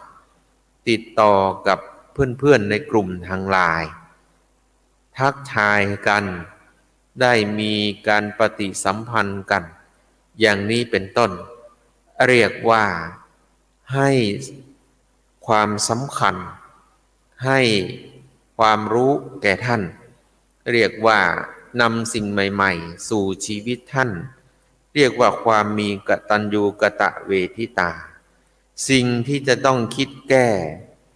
ก็คือสิ่งที่ไม่ดีอีกอย่างหนึ่งเขาเรียกว่านิสัยเราเองจะเป็นผู้รู้ดีว่าเรามีอุปนิสัยเป็นอย่างไรบางคนขี้งอนขี้โกรธบางคนพูดหนักบางคนพูดเบาบางคนพูดน้อยบางคนก็จะรู้ตัวเองว่าเรามีจุดด้อยเป็นอย่างไรเมื่อเรามองเห็นจุดด้อยของเราแล้วเราก็แค่ปรับปรุงให้มันดีให้มันดีเพื่อคนรอบข้างก็ดีเพื่อให้บุคคลที่อยู่รอบข้างของเราก็ดีได้เห็นได้ความสุขได้ประทับใจสิ่งเหล่านี้เราจะเป็นผู้รู้ดีและนำมาปรับปรุงแก้ไขสิ่งที่จะต้องลืมนั่นก็คือความในที่ผ่านมาอะไรก็ดีที่มันทำให้ชีวิตของเราตกต่ำที่มันตอกย้ำความเจ็บปวดที่มันทำให้เรานั้นไม่สร้างสรรค์ไม่ควรจำควรที่จะลืมหรือเก็บไว้เพียงเป็นแค่สิ่งที่ต้องเรียนรู้ผิดก็แค่แก้ไขผิดแก้ไขให้มันดีผิดกับตัวชั่วกลับใจไม่ควรว่าอ้างมาไกลเกินไปถนนยาวแค่ไหนยังมีจุดยูเทิร์นยังมีวันพรุ่งนี้เป็นวันใหม่ไม่มีคำว่าสายเกินไปให้กลับตัวกลับใจเป็นคนดีคนใหม่สิ่งที่จะต้องทำได้ก็คือคุณงามความดีคุณงามความดีเราทำได้2 เวลาคือเวลาหายใจเข้ากับเวลาหายใจออกสรุปก็คือทำดีทุกวินาทีเพียงแค่คิดดีพูดดีทำดีปฏิบัติดีเท่านั้นความดีก็เกิดขึ้นกับชีวิตเราสิ่งที่ดีๆก็จะเกิดขึ้นกับชีวิตเราสิ่งที่จะต้องมีไว้ก็คือสติก็เหมือนกับเบรกของรถเวลาเราขับรถไปผู้ที่ขับรถเป็นก็จะรู้จะเลี้ยวซ้ายเราต้องเบรกเพื่อชะลอดูความปลอดภัยว่ารถจะมาตรงหน้าเราไหมจะมีใครมาตัดหน้าเราไหมต้องมีสติให้เหมือนเบรกเพื่อจะได้ตัดสินใจเลี้ยวซ้ายเลี้ยวขวาดำเนินชีวิตไปได้ถูกต้องปลอดภัยสิ่งที่จะต้องทิ้งไปก็คือความชั่วความไม่ดีไม่ใช่ว่าคนดีจะไม่คิดชั่วแต่คนดีสามารถห้ามความคิดที่ไม่ดีออกจากชีวิตไปออกไปได้เพราะฉะนั้นคนดีจึงตัดสินใจที่จะกระทำบำเพ็ญสิ่งที่ดีๆให้เกิดขึ้นกับชีวิตของตัวนั่นเองสิ่งที่จะต้องพกติดตัวคือปัญญาเป็นดุจแสงสว่างของธูปของเทียนของหลอดไฟฟ้านีออนทั้งหลาย ให้ความแสงให้แสงสว่างความแสงสว่างทางตาแต่แสงสว่างทางใจนั้นต้องใช้ปัญญาคือตาในที่จะต้องใช้มองกับเหตุการณ์ที่เกิดขึ้นกับสิ่งที่เกิดขึ้นเพื่อให้เกิดประโยชน์สูงสุดกับชีวิตของเรานั่นเองเพราะฉะนั้นเราจะต้องใช้ปัญญาของเราหาประโยชน์กับสิ่งที่เกิดขึ้นเช่นหลายคนเมื่อรถประสบอุบัติเหตุสิ่งที่เราจะต้องใช้นั่นก็คือปัญญาตั้งสติก่อนเราไม่ต้องไปทะเลาะว่าใครผิดใครถูกเราเรียกสติของเรามาก่อนเราไม่เป็นอะไรดีแล้วเขาไม่เป็นอะไรดีแล้วรถเสียช่างมันเราแค่เรียกประกันมาดูแลเพราะเรามีประกันเมื่อเรียกประกันมาแล้วก็คุยกับประกันแล้วก็มาว่ากันทีหลังผิดถูกอย่างไรอย่างนี้เป็นต้นต้องใช้ปัญญาเราไม่ได้เกิดมาเพื่อเป็นศัตรูทะเลาะกับใครเราอยู่ร่วมกันอย่างสันติสุขเกิดมาเพื่อหาความเจริญให้กับชีวิตนั่นเองเราจำเป็นอย่างยิ่งต้องใช้ปัญญาแก้ไขปัญหาในทุกๆวันเพราะฉะนั้นแล้วเรื่องของการดำเนินชีวิตต้องมีความอดทนดังก้อนหินติดดินดังต้นหญ้าต้องใช้สติใช้ปัญญาอดทนต่อสู้ดำเนินชีวิตไปในวันนี้อาตมาภาพได้ดำเนินความบรรยายธรรมเรื่องของขันติคือความอดทนก็สรุปได้ว่าการดำเนินชีวิตของเราต้องมีความอดทนทั้งทางกายและทางใจเราจะต้องใช้ความอดทนให้มากอดทนทางกายต่อการมีชีวิตอยู่ดำเนินชีวิตโดยร่างกายของเรานี้อดทนทางใจในสิ่งที่เกิดขึ้นไม่ว่าจะเป็นโชคชะตาไม่ว่าจะเป็นอุปสรรคปัญหากับชีวิตให้มีความอดทนอดกลั้นให้มากที่สุดเหนื่อยให้คิดถึงพ่อท้อให้คิดถึงแม่แย่ให้คิดถึงบ้านให้เรามีกำลังใจต่อสู้ไปพ่อแม่ของเราให้เรามีชีวิตอยู่ต่อสู้อุปสรรคปัญหาให้อดทนแต่หลายคนบอกว่าทนไม่ไหวทนไม่ได้ขอให้คิดถึงคุณพ่อคุณแม่และบ้านของเราเพื่อเป็นกำลังใจในการต่อสู้ชีวิตไปในวันข้างหน้าอิมินากตะบุญเยนะด้วยอำนาจบุญกุศลที่สาธุชนพุทธศาสนิกเมธีท่านทั้งหลายได้บำเพ็ญมาด้วยดีตลอดจนวันนี้ขอให้ท่านทั้งหลายมีความสุขกายมีความสุขใจปราศจากทุกโศกโรคภัยให้มีความเจริญด้วยอายุวันนะสุขภละปฏิภาณธนาสารสมบัติตลอดกาลละนานแสดงพระธรรมเทศนาในขันติกถาเอวังก็มีด้วยประการฉนี้สาธุอะหังพุทธันจะธัมมันจะสังฆันจะสรณังคโตอุปาสกัตตังเทเสสิงภิกขุสังคัสสะสัมมุขาเอตังเมสรณังเขมังเอตังสรณะมุตตมังเอตังสรณะมาคัมมะสัพพะทุกขาปะมุจจเยยะถาพรังจริยาหังสัมมาสัมพุทธศาสนังทุกขนิสรณัสเสวะ ภาคีอัตสังอนาคเตกาเยนวาจายวเจตสาวาพุทเทกุกัมมังปกตังมะยายังพุทโธปฏิคันหตุอัจจยันตังกาลันตเรสังวริตุงวาพุทเทกาเยนวาจายวเจตสาวาธัมเมกุกัมมังปกตังมะยายังธัมโมปฏิคันหตุอัจจยันตังการันตเรสังวริตุงวะธัมเมกาเยนวาจายวเจตสาวาสังเคกุกัมมังปกตังมะยายังสังโฆปฏิคันหตุอัจจยันตัง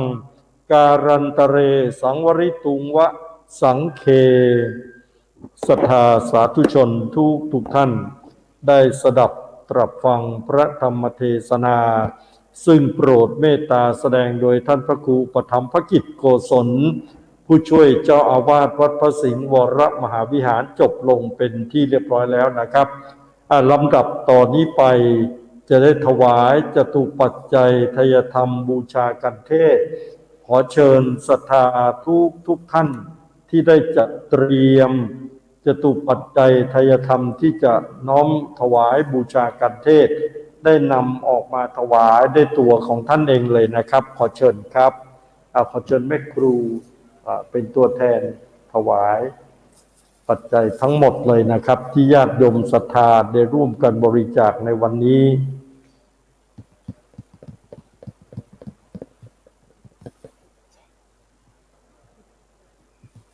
แม่ต้อยมา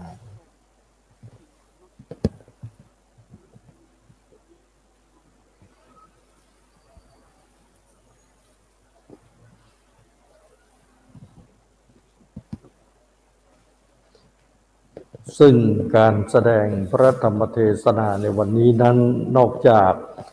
ทุกท่านจะได้รับฟังในพระวิหารหลวงของวัดพระสิงห์ในวันนี้แล้วนะครับจะมีการถ่ายทอดทางอินเทอร์เน็ต Global Network ไปทั่วโลกด้วยนะครับพี่น้องที่อยู่ต่างประเทศก็สามารถที่จะรับฟังรับชมจาก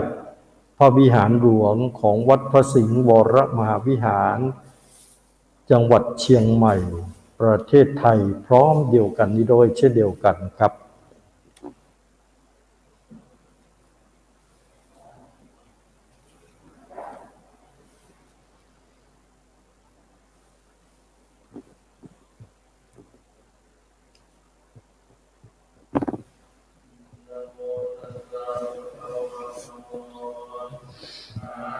ละหะโต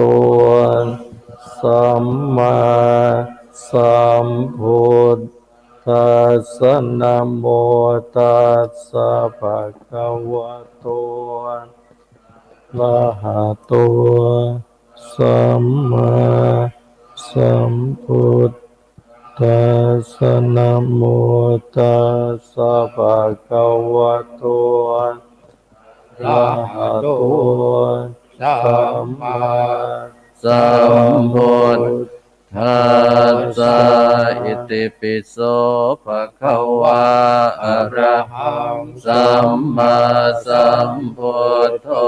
วิชชาจรณะสัมปันโนสุขโตโลกวิทูอนุตตโรปุริสธรรมสารทิสัทธาเท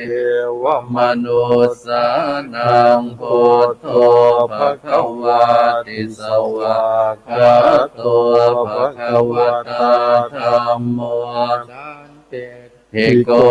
อาการิโกเอหิปัสสิโกโอปัญญิโกปัจจตังเวทิตาโพวินโยอิติสุปฏิปันโนภะคะวะโตสาวกสังโฆอุชุปฏิปันโนภะคะวะโตสาวกสังโฆยายะปฏิปันโนภะคะวะโตสาวกสังโฆ สามิจิปฏิ อิ ปั ปั น น โน โนภะคะวะโตสาวกสังโฆยะติตังจัตตาริปุริสยุคา อัตถปุริสปุคลาเอสภะคะวะโตสาวกสังโฆอาหุนายโยปาโยทาคินายโย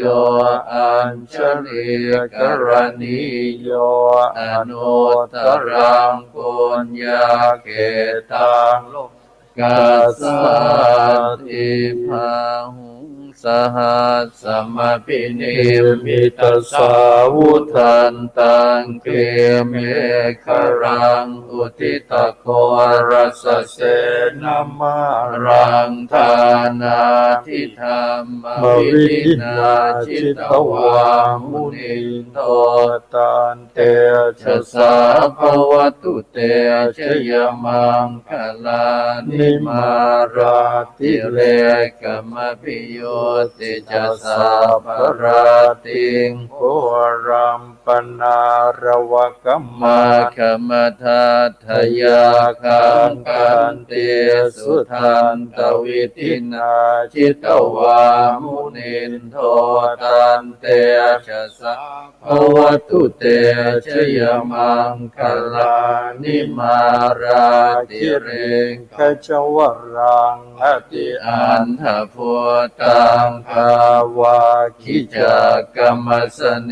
วสุธารุนันตังเมตตัมปุเสกวิธินาจิตวามุนินโทตันเตจะสาภวตุเตชยมังกลานิโอเค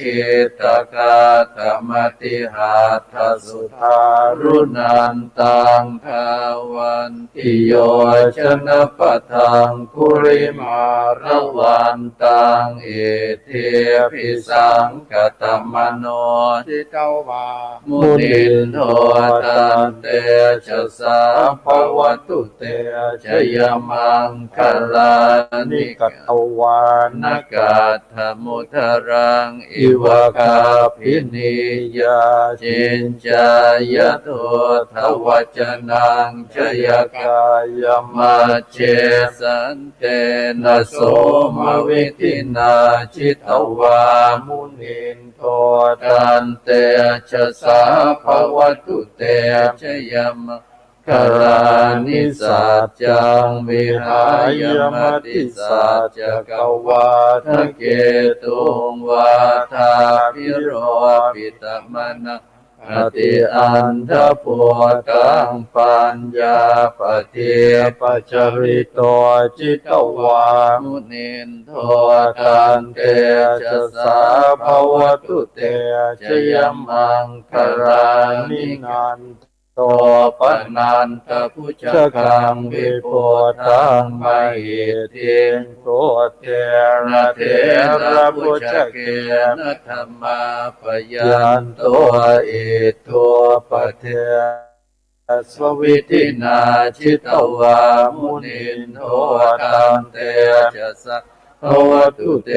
ชยมังคลานิทุกขาหาติทิพุชเก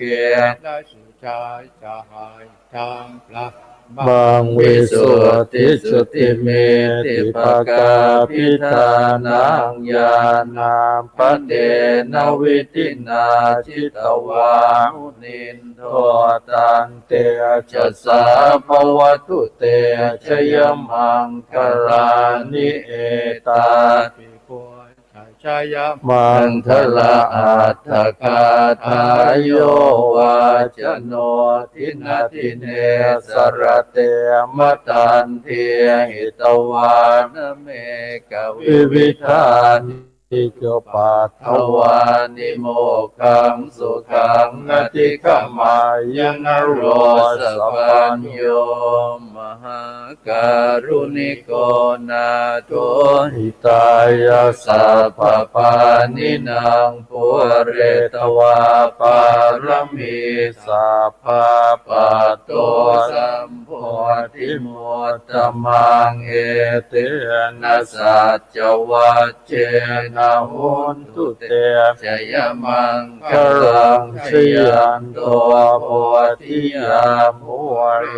สักยานังนันทิวัฒโนเอวังตวังวิชโยโหหิชัยสุชัยมังคลังชัย จิต ตปัลลังเกสีเสปทวิโปคะเลอภิเสเกพระพุทธานังอาคาปัตโตปโมทติสุนัขตังสุมังคลังสุปภาตังสุโหติตังสุขโนสุโมโหโตจะสุเยตังพระมจาสุปทักขินังกายกรรมังวาจากรรมังปทักขินังปทักขินังมโนกรรมังปณิทิเตปทักขินาปทักขินานิกตวานรพันตเทปทักขิเนภวตุสัพพมังคลังลาคันตุสัพพเทวตาสัพพพุทธานุภาเวนัสทธาโสทิภวันตุเตภวตุสัพพมังคลังลาคันตุสัพพเทวตาสัพพธรรมานุภาเวนัสทธาโสทิภวันตุเตภวตุสัพพมังคลังลาคันตุสัพพเทวตาสัพพสังฆานุภาเวนัสทธาโสทิ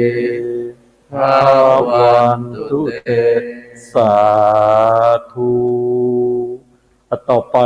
จะได้กล่าวคำบูชาข้าวพระพุทธและกล่าวคำถวายภัตตาหารแด่พระสงฆ์นะครับ ขอเชิญทุกท่านได้ตั้งนะโมสามจบพร้อมกัน แล้วเชิญว่าตามครับนะโมตัสสะภะคะวะโตอะระหะโตสัมมาสัมพุทธัสสะนะโมตัสสะภะคะวะโตอะระหะโตสัมมาสัมพุทธัสสะนะโมตัสสะภะคะวะโตอะระหะโตสัมมาสัมพุทธัสสะอิมังสูปะพยัญชนะสัมปันนังสารีนังโภชนังอุทธกังวรังพุทธัสสะปูเชมาอิมานิมะยังพันเตภัตตานิ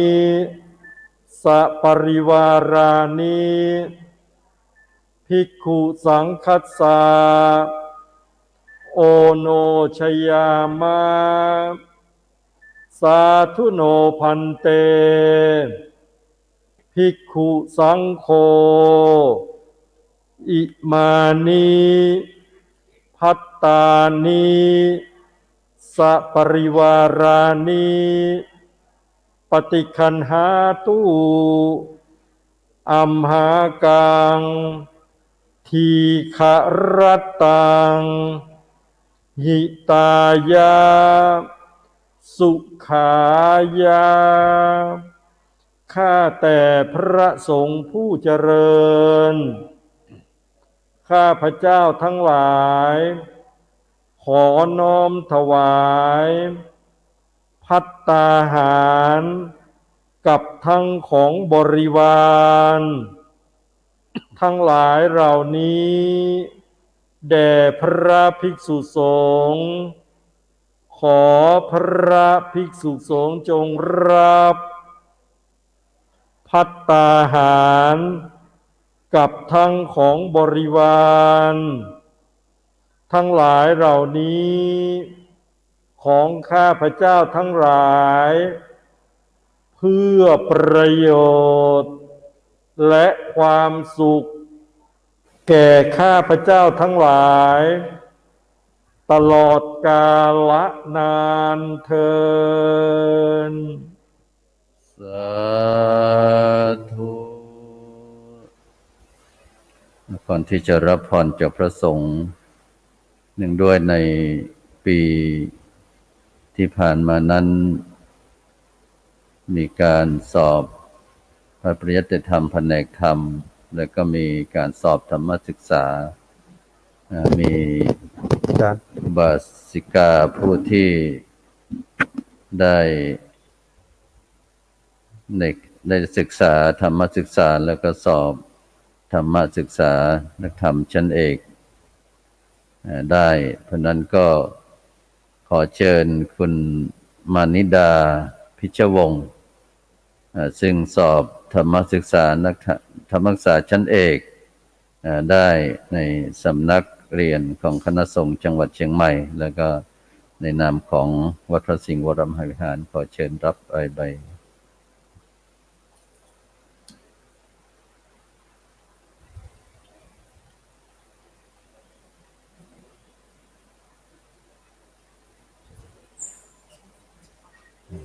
สาธุโมทนา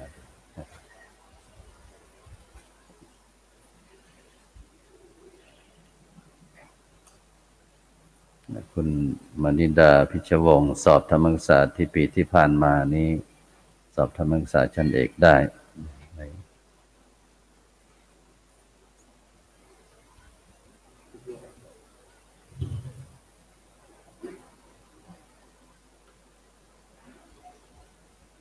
ต่อไปก็เชิญทุกท่านตั้งใจรับพรยะถาวาริวหาปุราปริปุเรนติสาคารังเอวเมวะอิโตทินังเปตานังอุปกปติอิจิตังปฏิตังตุมหังคิปะเมวะสมิจจตุสัพเพปุเรนตุสังกปาจันโทปนรสโสยะถามณิโชติรสโสยะถาสัพเพติโยวิวัช จันตุสัพพะโรโควินาศตุมาเตภวัตวันตรายโยสุขิธิกายุโกภวสัพพิติโยวิวัชชันตุสัพพะโรโควินัสสตุมาเตภวัตวันตรายโยสุขิธิกายุโกภวสัพพิติโยวิวัชชันตุสัพพะโรโควินัสสตุมาเตภวัตวันตรายโยสุขิธิกายุโกภวะอภิวาทนาสิลิสนิจจังปัจจายโนจัตตารโอธรรมาทันติอายุวันโนสุขังภาลังรัตนาตยานุภาเวนะรัตนาตยเตชะสาธุคโรคพยาเวราสุกาจุปัฏฐวาอเนกาอันตรายาปิวินาศสันตุหาเสสโตชยสิทธิธนังลาภังโสทิภคยังสุขังพลังสิริอายุจวันโนจะโพคังจะยสวาสตวัสสะจะอายุงจะชีวสิทธิภวันตุเตภวตุสัพพมังคลังราคันตุสัพพ เทวตาสัพพพุทธานุภาเวนัสสะ ทาสุ ทิภวันตุเตภวตุสัพพมังคลัง ลาพัน ตุสัพพเทวตาสัพพธรรมานุภา เวนัส สัทธาโสทิภวันตุเต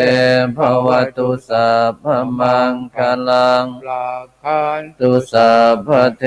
วตาสัพพสั สั ง งฆานุ อาเวนัสสทธาโสทิภวันตุเต สาธุสาธุสาธุขอเชิญทุกท่านได้เจริญจิตตภาวนาทำใจให้สงบสักชั่วระยะเวลาหนึ่งเพื่อเป็นภาวนาใหม่บุญสำเร็จด้วยการภาวนาขอเชิญทุกท่านครับ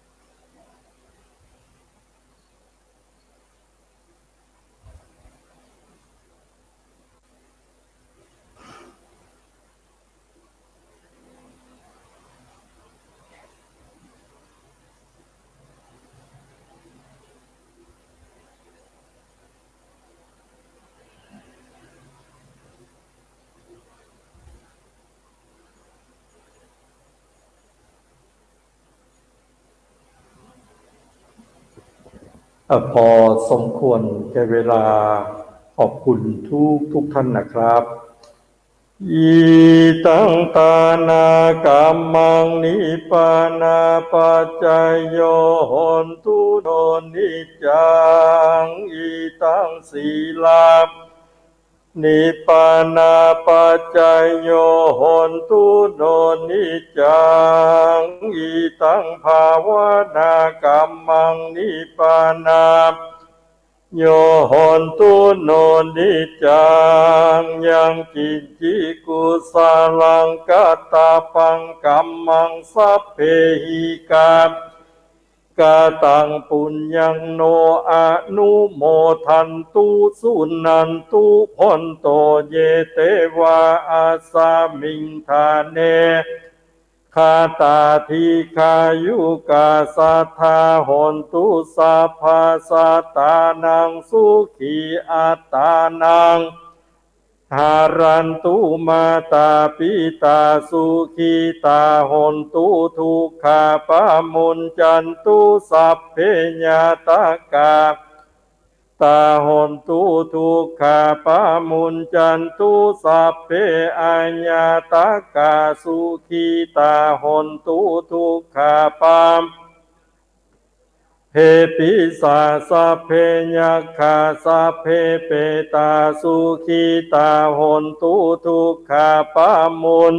ตุสัพเพนาคาตาสุขีตาหนตุทุกขาปะมุน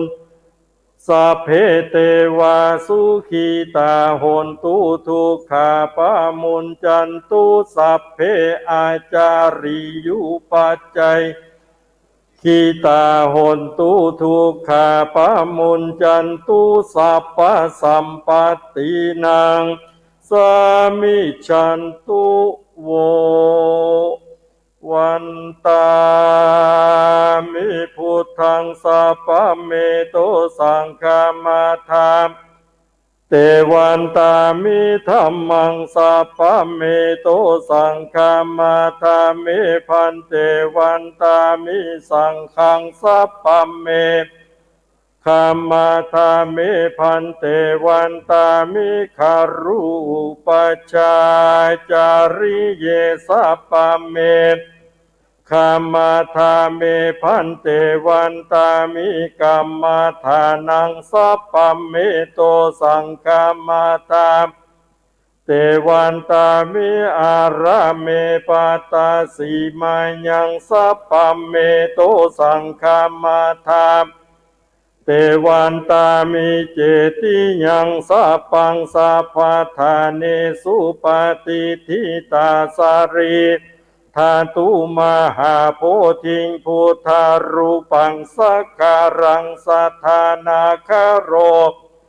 วโรเกพัมมาโรเกชัมปูทิเปรังกาทิเปสารีราธาตุโยธาตุโยอะระหันตาธาตุโยเจติยังคันธากุติงจาตุราสหัสเสธัมมคันเทสะเพสังปะทาเจติยังอาหังวันตามิสัพพะโสวันตามิพันเตสัพพังอาปาราทังคัมมาทามิพันเตมยากาตังยังสามินาอนุโมทิตาปังสามินากาตังปุญญังหังทาตปังสาธุสาธุอนุโมทามิ จัตตารโอธรรมาวัฏันติอายุวันโนสุขังพะลา สาธุครับและสุดท้ายนี้ขอเชิญทุกท่านได้กล่าวคำอำลาพระสงฆ์นะครับหันทธานิมะยังพันเตอาปุชามาพหุกิจจามะยังพหุกรณียายัสสธาเนตุมเหกลังบัญญาธา สาธุพันเตสาธุพันเตสาธุพันเตเชิญทุกท่านได้ไหว้พระพร้อมกันอะระหังสัมมาสัมพุทโธภคะวาพุทธังภคะวันตังอภิวาเทมิพุทโธเมนะโทสวากขาโตภคะวตาธัมโมธัมมังนัมมัสสามิธัมโมเมนะโทสุปฏิปันโนภะคะวะโตสาวกสังโฆสังฆังนามิสังโฆเมนะโทปัพิธีบำเพ็ญกุศลถวายภัตตาหารเพลแด่พระภิกษุสงฆ์สามเณรประจำวันนี้ก็สำเร็จลงไปด้วยความเรียบร้อยนะครับต้องขอขอบคุณและอนุโมทนากับพี่น้องศรัทธาสาธุชนทุกท่านที่มีจิตเป็นกุศลได้มาร่วมบำเพ็ญบุญถวายทานซึ่งหลังจากที่การไลฟ์สดทางช่องธรรมะเป็นทีมแล้วก็สถานีวิทยุคลื่น104 FM คลื่น 104.50 เมกะเฮิรตซ์ที่ตั้งอยู่วัดฝายหินตำบลสุเทพอำเภอเมืองจังหวัดเชียงใหม่ในการไลฟ์สดรายการอยู่บ้านสร้างบุญตลอดพรรษาออนไลน์ทางจากวัดพระสิงห์วรมหาวิหารอำเภอเมืองจังหวัดเชียงใหม่ซึ่งดำเนินรายการโดยเข้ากระผมอัตมาภาพพระครูโสพลปริยัติผู้ช่วยเจ้าอาวาสวัดพระสิงห์วรมหาวิหารคณะกรรมการโครงการหมู่บ้านรักษาศีล5 ผลเหนือก็ได้นำท่านได้เข้าวัดปฏิบัติธรรมเนื่องจากในสถานการณ์โควิดระบาดบางท่านบางคนก็อยู่กับบ้านไม่ได้ไปวัดทางกรมการศาสนากระทรวงวัฒนธรรมโดยท่านเกรียงศักดิ์ บุญประสิทธิ์อธิบดีกรมการศาสนาร่วมกับวัดในประเทศไทยของเราได้ร่วมกันจัดโครงการอยู่บ้านสร้างบุญตลอดพรรษาออนไลน์ซึ่งก็วัดที่เข้าร่วมกิจกรรมภายใต้โครงการจัดกิจกรรมส่งเสริมพระพุทธศาสนาเนื่องในวันอาสาฬหบูชาแล้วก็เข้าพรรษาประจำปีพุทธศักราช 2564 ก็ส่วนกลางก็มีวัดมหาธาตุยุวราชรังสิตภาคเหนือของเราก็มีวัดพระสิงห์วรมหาวิหารจังหวัดเชียงใหม่วัดพระธาตุศรีจอมทองอำเภอจอมทองจังหวัดเชียงใหม่วัดพระธาตุช่อแฮจังหวัดแพร่วัดบ่อแต้อำเภอวังไสภูลจังหวัดพิจิตรส่วนภาคตะวันออกนั้นก็วัดวังสมบูรณ์อำเภอวังสมบูรณ์จังหวัดสระแก้วภาคตะวันออกเฉียงเหนือก็มีวัดหนองไม้ไผ่อำเภอหนองบุญมากจังหวัดนครราชสีมาวัดอัมพวันสุทธาวาสอำเภอเมืองจังหวัดสกลนครวัดป่าขุนจานอำเภอประจักษ์ศิลปาคมจังหวัดอุดรธานีวัดดอนชีอำเภอเมืองจังหวัดอุบลราชธานีแล้วก็วัดหนองเป็ดอำเภอตานซุ่มจังหวัดอุบลราชธานีนี่ก็เป็นรายชื่อวัดทางภาคตะวันออกเฉียงเหนือแล้วก็ส่วนภาคใต้ภาคใต้นี่ก็มีวัดสวนวางอำเภอคุระบุรีจังหวัดพังงาวัดหน้าพระบรมธาตุอำเภอเมืองจังหวัดนครราชสีมานครศรีธรรมราชวัดหัวถนนอำเภอสะเดาจังหวัดสงขลาแล้วก็วัดสุนทรนิวาสอำเภอเมืองจังหวัดสุราษฎร์ธานีที่เขาร่วมโครงการดังกล่าวฉะนั้นก็บรรดาท่านผู้ฟังท่านผู้ชมทุกท่านทางกรมการศาสนากระทรวงวัฒนธรรมของเราก็ได้ร่วมกับวัดต่างๆเพื่อที่จะอำนวยความสะดวกให้กับท่านทั้งหลายโดยเฉพาะก็ได้มีเหล่าศิลปินแห่งชาติต่างๆได้มาร่วมด้วยช่วยกันในการที่จะเชิญชวนสวัสดีครับผมชยามิชัยนะครับอยากเชิญชวนทุกท่านนะครับร่วมกิจกรรมอยู่บ้านสร้างบุญตลอดพรรษาออนไลน์ของกรมศาสนากระทรวงวัฒนธรรมสวดมนต์ไหว้พระทำจิตใจให้สงบรักษาศีล 5ปฏิบัติดีปฏิบัติชอบช่วงสถานการณ์โควิดแบบนี้นะครับอยู่บ้านก็ทำบุญได้ครับขออนุโมทนาบุญกับทุกท่านด้วยนะครับ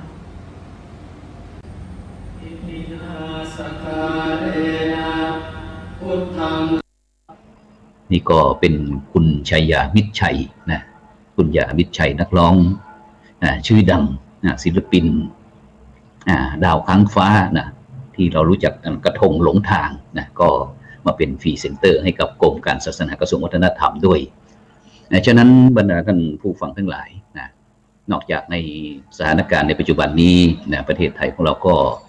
ยังได้รับผลกระทบจากโควิดอย่างต่อเนื่องซึ่งเมื่อเช้านี้ก็ที่จังหวัดเชียงใหม่นั้นก็ฟ้าฝนได้ตกลงมาตั้งแต่ประมาณสักตีสามกว่าตอนนี้ก็ยังครึ้มอยู่ฉะนั้นก็บทบาทพระสงฆ์องค์เจ้าก็ต้องมุ่งไปที่ศรัทธาประชาชนเพราะในปัจจุบันเนี้ยใครๆก็เอาแต่ประชาชนแต่ผลสุดท้ายแล้วก็ประโยชน์ไปตกอยู่ที่กลุ่มที่ก้อนอย่างที่ได้ทะเลาะเบาะแว้งกันในบ้านในเมืองเราต่างๆนี่ก็เช่นเดียวกันส่วนมากก็เป็นชาวพุทธเราทั้งนั้นแหละชาวพุทธของเราแต่เราเข้าไม่ถึงนั่นเองเข้าไม่ถึงแก่นในทางพระพุทธศาสนาฉะนั้นวันนี้เราจะหลายท่านหลายคนก็คงจะได้ติดตามทางข่าวทางเฟซทางไลน์ทางทีวีต่างๆที่ได้มีการวิพากษ์วิจารณ์พระสงฆ์ในการที่เผยแผ่ธรรมะออนไลน์ไลฟ์สดทางเฟซบุ๊กบ้างซึ่งก็มีทั้งก้อนอิฐทั้งดอกไม้ซึ่งก็ทุกคนก็สามารถที่จะวิพากษ์วิจารณ์ได้แต่ทุกท่านทุกคนจะต้องมีเหตุมีผลอยู่ในการละสมัยฉะนั้นเรามาดูหลังจากที่พระสงฆ์ได้แสดงบทบาทในการเผยแผ่ธรรมะอย่างที่พระเดชพระคุณหลวงพ่อพระราชธรรมนิเทศหลวงพ่อพระยอมกัลยาโนก็บอกว่าสมัยที่หลวงพ่อได้อยู่กับหลวงพ่อพุทธทาส ที่สวนโมกนะหลวงพ่อพุทธทาสนั้นก็ได้ปั้นดินให้เป็นดาวนะอย่างหลวงตาพยอมพระจักรพระพยอมกัลยาโนที่เฉยนะก็ขึ้นมาเป็นพระราชาคณะนะตั้งแต่ชั้นสามัญจนถึงชั้นลาดนะในปัจจุบันนี้หลวงพ่อนั้นก็มีวิธีคิดวิธีปฏิบัติอย่างที่ในช่วงสถานการณ์โควิดนี้ที่วัดสวนแก้วจังหวัดนนทบุรีนะก็ได้รับการเอาใจใส่ดูแลนะจากหลวงพ่อเป็นอย่างดีโดยเฉพาะบรรดาพี่น้องชาวบ้านนะที่ไม่มีงานทำได้รับผลกระทบจากโควิดต่างๆทั้งการประกอบสัมมาอาชีพนะซึ่งหลายท่านหลายคนก็คงจะได้ติดตามรายการกัลยาโนโอเคนะจากในทางโลกวันนี้นะซึ่งเราก็ได้รับฟังแล้วเราก็เอามาหาเหตุหาผลฟังแล้วนะแล้วก็เอาเป็นอาหารให้กับปัญญาของให้สติปัญญาของเรานะซึ่งโดยเฉพาะหลวงพ่อก็แบกภาระที่มีพนักงานหรือคนงานพี่น้องชาวบ้านนะทั้งเป็นพันกว่าชีวิตนะแล้วก็ได้ผ่านประสบการณ์ทั้งจากทางตรงแล้วก็ทางอ้อมทั้งการที่จากที่ถุงกุ้ยแขกหลายท่านหลายคนก็คงจะจำได้นะถุงกุ้ยแขกที่พระเดชคุณหลวงพ่อพระราชธรรมนิเทศหลวงตาพระพยอมกัลยาโนนะซึ่งได้รับบริจาคสิ่งของที่เหลือใช้ไม่ว่าจะเป็นอุปกรณ์การดำเนินชีวิตอะไรทุกสิ่งทุกอย่างทั้งเครื่องไฟฟ้าอุปกรณ์ไฟฟ้าต่างๆที่มีใช้นะก็บริจาคแม้กระทั่งทั้งถุงทั้งถ้วยทั้งกระมังหม้ออะไรต่างๆนะซึ่งก็ไปสร้างงานสร้างรายได้ให้กับพี่น้องที่ได้รับผลกระทบโดยเฉพาะเรื่องการดำเนินชีวิตนะเพราะว่าคนเราเลือกเกิดไม่ได้แต่เลือกที่จะเป็นได้นะฉะนั้นวันนี้เราจะมาชมบทบาทของพระสงฆ์บอกว่าคสมาแล้วรถพุ่มพวงเพื่อปวงประชาจากศรัทธาประชาชนกับข้าวมรจักกับข้าวเราเห็นแล้วว่าโควิดมันทำให้เราห่างกันมากมันทำให้แม้กระทั่งพระกับโยมนี่ก็ยังต้องห่างกันเพราะนั้นเราไปหาโยมดีกว่าเอาของไปให้เอาอะไรไปให้ดีกว่าให้ญาติโยมมาที่วัดมันลำบากเราก็เปลี่ยนในรูปแบบการเข้าถึงถ้าเราอยู่ที่วัดเฉยๆนั่งหลับตาสมาธิโควิดไม่หายโยมก็ยังทุกข์เหมือนเดิมเชื่อไหมว่าเราไปออกพื้นที่เนี่ยโยมบางคนเขาบอกว่าไม่อยากจะได้ของเลยขอให้แค่ได้ยินว่าพระมาแค่นั้นก็พอใจแล้วกำลังใจมันเกิดขึ้นณตอนนี้เขาต้องการกำลังใจของเป็นจุดเชื่อมโยงให้เราเข้าหากันก็ต้องบอกตามความเป็นจริงว่าเราได้รับผลกระทบอย่างหลีกเลี่ยงไม่ได้ในสภาวะการแบบนี้แต่อย่าลืมว่าพระลำบากโยมพร้อมที่จะช่วยเสมอเมนวัดนี้แตกโยมพร้อมที่จะโอนปัจจัยเข้าช่วยทันทีเพื่อให้การเผาศพโควิดนั้นได้มีภาวะการราบรื่นโยมเขาพร้อมที่จะช่วยเราตลอดเวลาแต่ในขณะนี้เราก็กลับมาดูตัวเองว่าเราลำบากขนาดไหนสิ่งที่ต้องรักษาไว้ณตอนนี้ไม่ใช่โบสถ์แต่เป็นการรักษาศรัทธาไปคุยกับคุณยายไปให้กำลังใจคุณยายบอกคุณยายวันนี้ทานอะไรยังไม่รู้เลยสงสารลูกมันยายอยากจะตายแล้วพระยายไม่อยากจะอยู่ยายอยากจะตายแล้วพอคำนี้ได้ยินเท่านั้นแหละทำไมคุณยายถึงคิดแบบนี้ชีวิตเราเกิดมาเนี่ยมันยากนะคุณยายพอคุณยายได้ยินคำนี้คุณยายก็ร้องไห้น้ำตาไหลหลังจากนั้นอาตมาก็บอกว่าวันนี้ตอนเย็นอาตมาจะเอาทุกสิ่งที่โยมอยากจะทานมาให้ทั้งหมดแล้วก็นิมนต์พระ 4-5 รูปไปให้กำลังใจพอคุณยายเห็นเท่านั้นแหละคุณยายก็น้ำตาร่วงโดยไม่ต้องสื่อสารอะไรเลยดีใจที่ได้เห็นพระจริงๆนั่นคือสิ่งที่เราได้รับ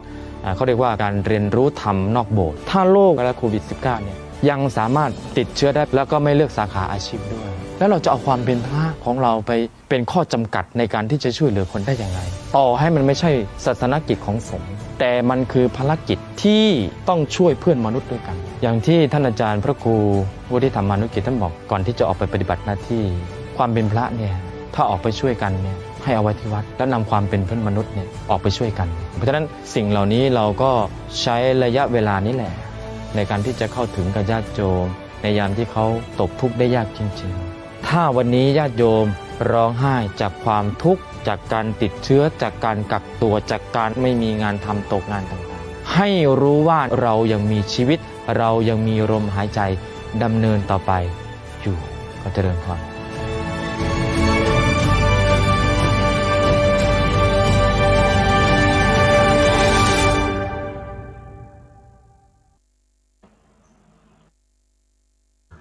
นี่ก็เป็นส่วนหนึ่งนะที่บทบาทของพระสงฆ์ในยุคNew Normalยุคในสถานการณ์ยุค 5G นะยุคในยุคโรคระบาดโควิดระบาดนะแต่ไม่ใช่ระบาดนะแต่มันหลายบาทนะซึ่งเราต้องใช้งบประมาณของชาตินะในการที่จะบำบัดทุกข์บำรุงสุขให้กับพี่น้องประชาชนคนไทยแล้วก็พี่น้องชาวต่างบ้านใกล้เรือนเคียงนะที่ได้มาพึ่งพระบรมโพธิสมภารนะในประเทศไทยของเรานะซึ่งโชคดีบรรดาท่านผู้ฟังและท่านผู้ชมทั้งหลายซึ่งในขณะนี้ท่านทั้งหลายก็กำลังติดตามรายการอยู่บ้านสร้างบุญตลอดพรรษาออนไลน์ไลฟ์สดทาง Facebook ช่องทำเป็นทีมแล้วก็IDTO ทำเป็นทีมสากลโลกนะพร้อมทั้งทางช่อง YouTube นะซึ่งบรรดาท่านผู้ฟังท่านผู้ชมก็สามารถที่จะกดติดตามกดไลค์กดแชร์กดให้กำลังใจเพื่อที่จะให้กำลังใจกับคณะทำงานนะซึ่งวันนี้อย่างที่ในคลิปที่เห็นพระคุณเจ้าเห็นพระคุณเจ้าได้นำรถพุ่มพวงนะรถพุ่มพวงนำสิ่งของต่างๆนะไปแจกถึงพี่น้องประชาชนตามชุมชนต่างๆนะซึ่งคุณยายก็บอกว่าเป็นมงคลนะเป็นมงคลวันนี้ได้เห็นพระสงฆ์องค์เจ้าตัวเป็นๆนะซึ่งฉะนั้นเนี่ยบรรดาท่านผู้ฟังทั้งหลายมนุษย์ต่างก็ดิ้นรนนะที่จะแสวงหาความสุขความเจริญความสำเร็จแห่งการดำเนินชีวิตของแต่ละท่านแต่ละคนทั้งนั้นซึ่งส่วนใหญ่ดูเหมือนว่าจะไม่ค่อยถึงเป้าหมายแห่งชีวิตที่คาดหวังไว้แต่ถ้าบางท่านบางคนถึงแม้บางคนอาจจะสะสมทรัพย์สมบัติไว้มากมายหากแต่ก็ไร้ซึ่งความสุขที่แท้จริงแล้วอะไรคือความสุขอะไรคือความพอดีสิ่งที่บรรดาท่านผู้ฟังท่านผู้ชมที่ควรจะเรียนรู้แล้วก็แสวงหาเพื่อจะให้ตัวท่านเองเนี่ยประสบความสำเร็จในชีวิตที่แท้จริงหลายท่านก็แสวงหาสูตรสำเร็จในการดำเนินชีวิตให้ตนเองโดยการทำตามบุคคลท่านนั้นท่านนี้ไม่ว่าจะเป็นดาราเป็นนักร้องเป็นพระสงฆ์องค์เจ้าเป็นผู้นำระดับโลกเป็นผู้ที่มีชื่อเสียงประสบสำเร็จในการประกอบการดำเนินชีวิตต่างๆหรือว่าการประกอบสัมมาอาชีพร่ำรวยเป็นมหาเศรษฐีตามที่ท่านได้เห็นทางสื่อไม่ว่าจะเป็นทางโทรทัศน์หนังสือธุรกิจต่างๆว่าเขาเหล่านั้นเป็นบุคคลที่มีชื่อเสียงจะต้องมีความสุขเพราะอะไรเพราะว่าเขาเหล่านั้นประสบความสำเร็จในธุรกิจในการค้าในการประกอบอาชีพมีรายได้มากมายมีกำไรเหลือเฟืออย่างที่พวกเราเคยได้ยินคุณพ่อคุณแม่บอกว่าพี่น้องชาวจีนเดินทางเข้ามาพึ่งพระบรมโพธิสมภารประเทศไทยของเรามีเสื่อผืนหมอนใบข้ามน้ำข้ามทะเลเข้ามาตั้งรกรากในประเทศไทยของเราแล้วก็ประกอบสัมมาอาชีพต่างๆมีกำไรเหลือเฟือล้นหลามประสบผลสำเร็จซึ่งท่านหลายคนเหล่านั้นก็ทำสำเร็จบ้างไม่สำเร็จบ้างและอีกหลายคนก็ล้มเหลวบ้างไม่สมหวังดังที่ตั้งใจไว้บ้างซึ่งชีวิตของคนเราเนี่ยบรรดาท่านผู้ฟังทั้งหลายจะประสบความสำเร็จได้นั้นเนี่ยจะต้องดำเนินชีวิตตามแบบตามแผนหรือว่าตามสูตรที่ได้วางไว้ซึ่งมีสูตรหนึ่งที่องค์พระสัมมาสัมพุทธเจ้าได้แสดงถึงแบบแผน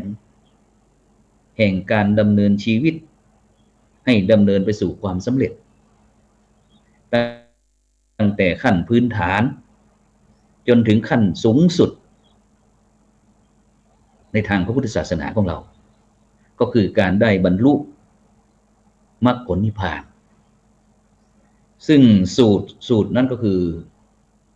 มงคลแห่งชีวิต38ประการซึ่งถ้าบรรดาท่านผู้ฟังท่านผู้ชมที่กำลังติดตามรายการของเรา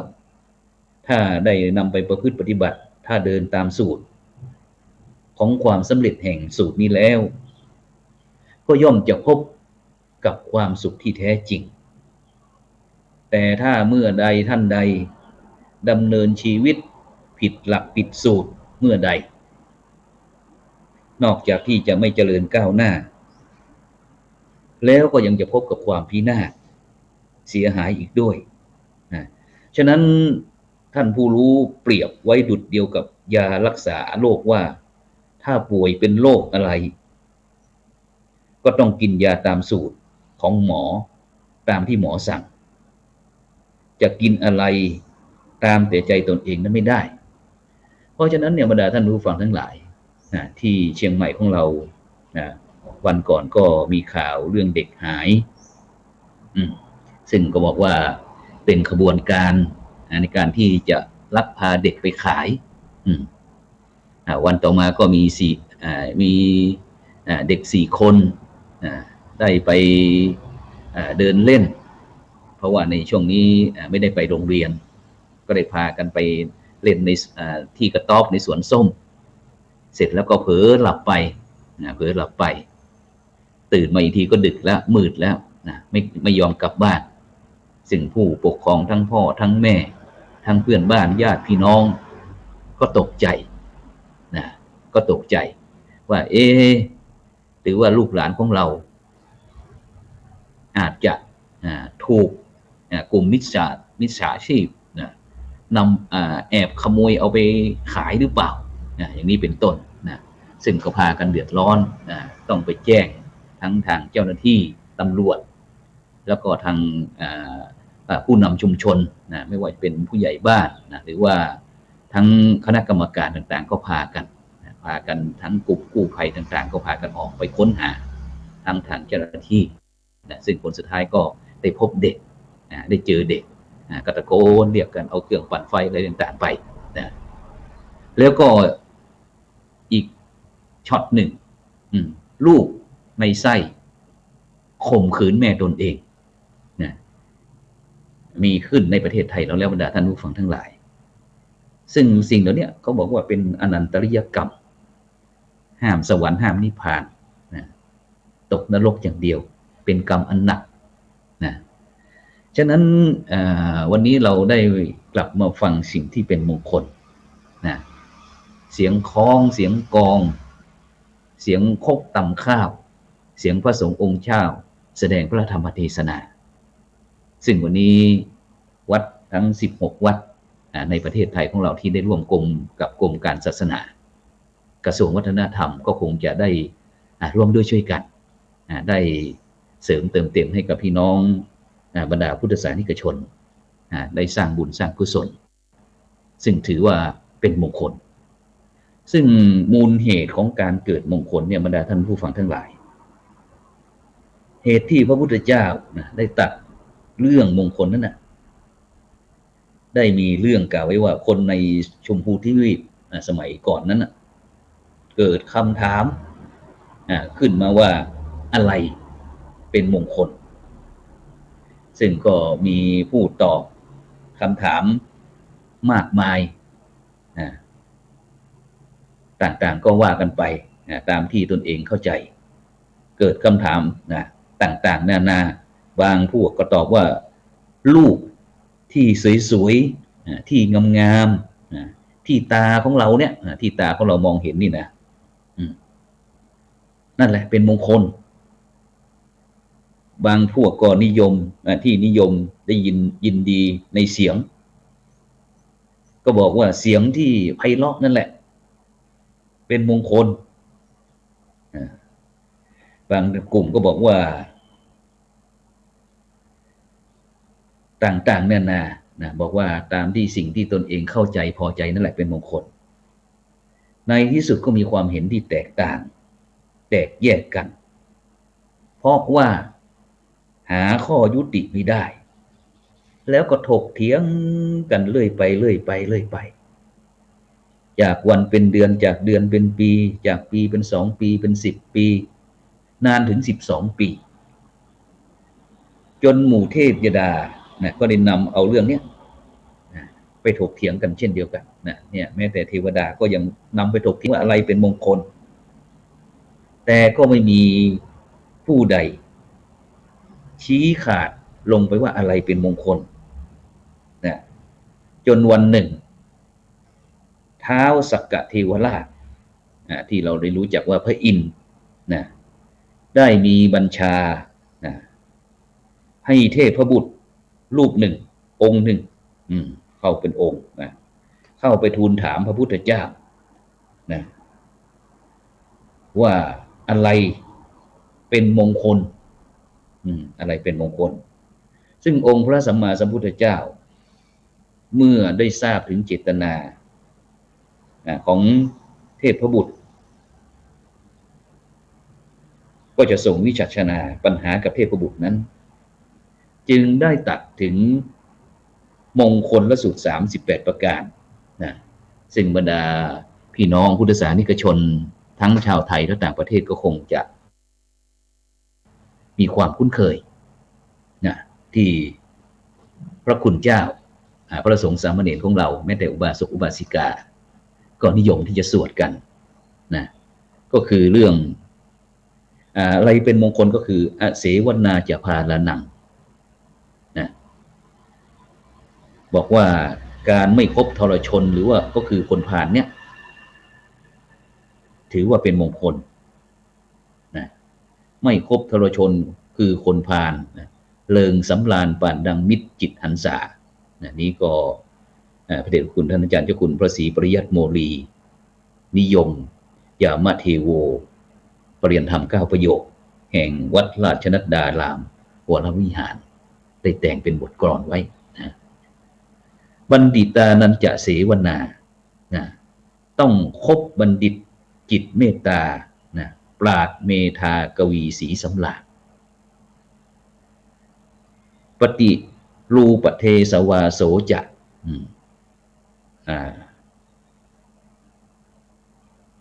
เรื่องการอยู่ในประเทศปูชนีจะปูชนียนังก่อนนะปูชนียนังคือการบูชาเชิดชูผู้ที่ทรงธรรมอยู่ในศีลกินในธรรมน้อมนำวันทาทั่วทิศทางปฏิรูปเทสวาโสจะการอยู่ในประเทศหรือว่าในสถานการณ์พื้นที่ที่เหมาะแก่เหตุการณ์เจริญทานศีลธรรมทำให้เพลิดเพลินใจอย่างที่ในปัจจุบันเนี่ยที่พวกเราได้เข้าวัดปฏิบัติธรรมกันถึงแม้สถานการณ์โลกจะเปลี่ยนแปลงอย่างไรนะแต่ก็ถือว่าประเทศไทยของเราเนี่ยก็ถือว่าเหมาะสมซึ่งแตกต่างจากพี่น้องประชาชนชาวโลกในประเทศต่างๆนะที่พยายามอยากจะมาประเทศไทยนะอยากจะมาเห็นวัดได้เข้าวัดได้ปฏิบัติธรรมแต่หลายท่านหลายคนก็ไม่ค่อยมีโอกาสฉะนั้นในปัจจุบันนี้เราจะเห็นว่าพระสงฆ์ไทยของเราจะต้องเดินทางไปต่างประเทศนะโดยคณะสงฆ์ไทยเราได้ส่งพระเหล่านี้ไปเรียกว่าพระธรรมทูตนะไม่ว่าจะเป็นแถวยุโรปอเมริกาอะไรต่างๆนะซึ่งก็มีพี่น้องประชาชนนะทั้งชาวไทยและต่างประเทศที่นับถือพระพุทธศาสนาต่างก็เรียกร้องนะอยากจะให้พระสงฆ์ไทยเราเนี่ยนะซึ่งถือว่าพระพุทธศาสนามีความมั่นคงนะก็อยากจะให้ไปสร้างวัดหรือว่าเป็นสถานที่บำเพ็ญบุญบำเพ็ญกุศลในการทำคุณงามความดีเป็นที่ร่วมกันศูนย์รวมใจกันในต่างแดนนะซึ่งเราจะเห็นว่า สิ่งเหล่านี้บรรดาท่านผู้ฟังทั้งหลายนะพระสงฆ์ไทยเราก็อย่างที่ผู้ดำเนินรายการเองอาตมาภาพเองนะก็เคยเดินทางไปร่วมกับท่านอาจารย์พระครูศรีสิงหกิจวิเทศนะได้เดินทางไปที่สหราชอาณาจักรประเทศอังกฤษที่เมืองแมนเชสเตอร์นะได้ไปร่วมกันเป็นกำลังใจให้กับบรรดาพี่น้องประชาชนคนไทยแล้วก็ชาวต่างประเทศไม่ว่าจะเป็นพี่น้องทางประเทศพม่าประเทศลาวประเทศเขมรประเทศเวียดนามสิงคโปร์อะไรต่างๆนะได้สร้างวัดว่าโดยได้รับความเมตตาจากพระเดชคุณหลวงพ่อพระเทพสิงหวราจารย์ดร.รองเจ้าคณะจังหวัดเชียงใหม่เจ้าอาวาสวัดพระสิงห์วรมหาวิหารนั้นก็ได้เมตตานะให้กับคณะศรัทธาญาติโยมได้ตั้งชื่อเป็นวัดพระสิงห์ UK วัดพระสิงห์ UK นะซึ่งบรรดาท่านผู้ฟังท่านผู้ชมถ้าได้มีโอกาสเดินทางไปยังประเทศอังกฤษได้มีโอกาสเดินทางไปทางภาคเหนือตอนเหนือนะไปที่เมืองแมนเชสเตอร์นะหรือว่าเมืองลิเวอร์พูลอะไรต่างๆเหล่านี้ใกล้ๆบริเวณนั้นเมืองลันคอนนะก็เหมือนกับอยู่ที่เชียงใหม่ของเรานี่แหละนะเราก็สามารถที่จะไปแวะไปใช้บริการที่วัดพระสิงห์ UK ได้นะซึ่งตอนนี้ก็มีท่านอาจารย์พระครูศรีสิงหกิจวิเทศท่านอาจารย์พระมหาธีรศักดิ์ธีรปัญโยนี่ก็เป็นสหธรรมน้องรักอีกรูปหนึ่งที่ได้นำคณะสงฆ์ไทยจากวัดพระสิงห์จังหวัดเชียงใหม่ได้ปฏิบัติศาสนกิจเป็นพระธรรมทูตสายต่างประเทศนะนอกจากนั้นก็มีอีกเยอะแยะหลายเมืองนะที่พระคุณเจ้านะซึ่งในช่องธรรมะเป็นทีมของเรานะก็มีพระสงฆ์พระธรรมทูตจากสายต่างประเทศได้ร่วมกันปฏิบัติศาสนกิจยังต่างประเทศนะเพื่อที่จะได้นำหลักธรรมคำสอนในทางพระพุทธศาสนาของเรานะได้ไปเผยแผ่แถวยุโรปแถวอเมริกาเพื่อความสุขของชนหมู่มากนะเมื่อกี้เราได้พูดถึงเรื่องบอกว่าปฏิรูประเทศวาโสจักนะการอยู่ในประเทศเหมาะสมเหมาะเหตุการณ์แล้วก็บุพเพจะกตะปุญญาตานี่ก็เป็นมงคลข้อที่5นะเคยทำบุญไว้ในปางก่อนนะแล้วก็จะส่งผลย้อนให้เราอยู่สุขสบายได้สรรเสริญอัตตสัมปทาสัมมาปณิธิจะนี่ข้อที่6ตั้งตนไว้ชอบธรรมเป็นเครื่องดำเนินไม่เพลิดเพลินเกินไปในโลกีส่วนมงคลข้อที่7บอกว่าพหุสัจจัญจะข้อที่7บอกว่าความเป็นผู้รู้พหุสูตรเป็นผู้ที่รู้มากแล้วก็10ปัญจะข้อที่8เป็นผู้มีศิลปะวิชาความรู้ประเสริฐดีนะเลี้ยงชีวิตกินได้กินใช้ไม่ร้อนใจนี่สามารถที่จะเลี้ยงการดำเนินชีวิตของตนเองได้แล้วก็ข้อที่9บอกว่าวินโยจะสุสิกขิโตเป็นผู้ที่มีวินัยที่ศึกษามาดีแล้วก็เดินตามแนวตุแบบแผนตัวบทกฎหมายน้อยใหญ่อย่างที่พวกเราก็คือเรื่องอยู่ในกรอบศีลในกรอบธรรมเป็นผู้ที่มีวินัยนะแล้วก็ข้อที่10บอกว่าสุภาษิตาจะยาวาจสุภาษิตเนี่ยพาจิตไปคบคิดให้เหตุผลค้นหาธรรมนะแล้วก็ข้อที่11บอกว่ามาตาปิตุอุปัฏฐานังเลี้ยงคุณพ่อคุณแม่ในยามแก่ยามเฒ่าพูดง่ายๆก็คือเมื่ออยู่ก็ให้เลี้ยงกายแม้แต่จะจากไปก็ให้เลี้ยงวิญญาณนี่ถือว่าเป็นมงคลนะข้อ12บอกว่าข้อ12ข้อ13นะข้อ12กับข้อ13บอกว่าปุตตทารัสสะสังฆโหนะก็คือการเลี้ยงดูทั้งลูกทั้งคู่ครองให้การสงเคราะห์ยกฐานะเชิดชูในสังคมนะไม่ใช่ว่ามีลับลี้หลบซ่อนนะ แล้วก็มันมาดูหมิ่นเหยียดหยามนะอย่างวันก่อนเนี่ยบรรดาท่านผู้ฟังทั้งหลายนะก็มีคดีความที่สามีเก่าที่แยกทางกันแล้วก็พยายามง้อขอคืนดีนะเมื่ออดีตภรรยาไม่ยอมก็เอามีดมาทำลายเธอจนเสียชีวิตพร้อมทั้งเอาน้ำมันมาราดแล้วก็จุดไฟเผาไปด้วยทั้งตัวเองทั้งอดีตภรรยาแม้กระทั่งลูกน้อยๆได้รับผลกระทบจนเนื้อหนังผุพองไปเพราะว่าได้นำน้ำมันไปราดอดีตภรรยาคุณลูกก็คงจะพยายามห้ามคุณพ่อคุณพ่อแต่คุณพ่อก็ไม่ฟังแล้วก็จุดไฟเผาเด็กก็ได้รับผลกระทบนี้ด้วยฉะนั้นเนี่ยบรรดาท่านผู้ฟังทั้งหลายการทำนุบำรุงเลี้ยงดูบิดามารดาพร้อมทั้งภรรยาถ้าบุคคลใดท่านใดสามารถที่ทำได้ก็ถือว่าเป็นมงคลเป็นมงคลแล้วก็ข้อที่14อนากุลาจะกัมมันตาข้อ14นี้การงานไหนก็ต้องทำให้เสร็จสมบูรณ์ไม่ทิ้งไม่ขว้างไม่ใช่ว่าปล่อยไปตามยถาเมื่อทำแล้วก็ต้องมีเป้าหมายให้ประสบผลสำเร็จเมื่อทำแล้วก็ต้องเป็นการงานที่ดีเป็นการงานที่ดีไม่ใช่นิ่งดูได้เช้าก็ว่ายังไงขวายก็ว่าแดดออกเดี๋ยวก็ร้อนเดี๋ยวก็หนาวอ้างโน่นอ้างนี่แล้วก็ข้อที่15ทานันจะการให้ทานการให้ทานให้เพื่อช่วยเหลือผู้ที่ได้รับผลกระทบอย่างที่พี่น้องประชาชนคนใดแม้แต่พระสงฆ์องค์เจ้าทั้งหน่วยภาคงานทั้งภาครัฐทั้งภาคเอกชนต่างๆที่ได้ช่วยเหลือผู้ได้รับผลกระทบตรงนี้แหละแม้กระทั่งช่วยเป็นกำลังใจบรรดาท่านผู้ฟังทั้งหลายเชื้อโรคไวรัสโควิด-19เนี่ยไม่ใช่ธรรมดาไม่มีวันหายที่จะตายจากโรคนี้ไปได้ถึงแม้วิทยาศาสตร์มนุษย์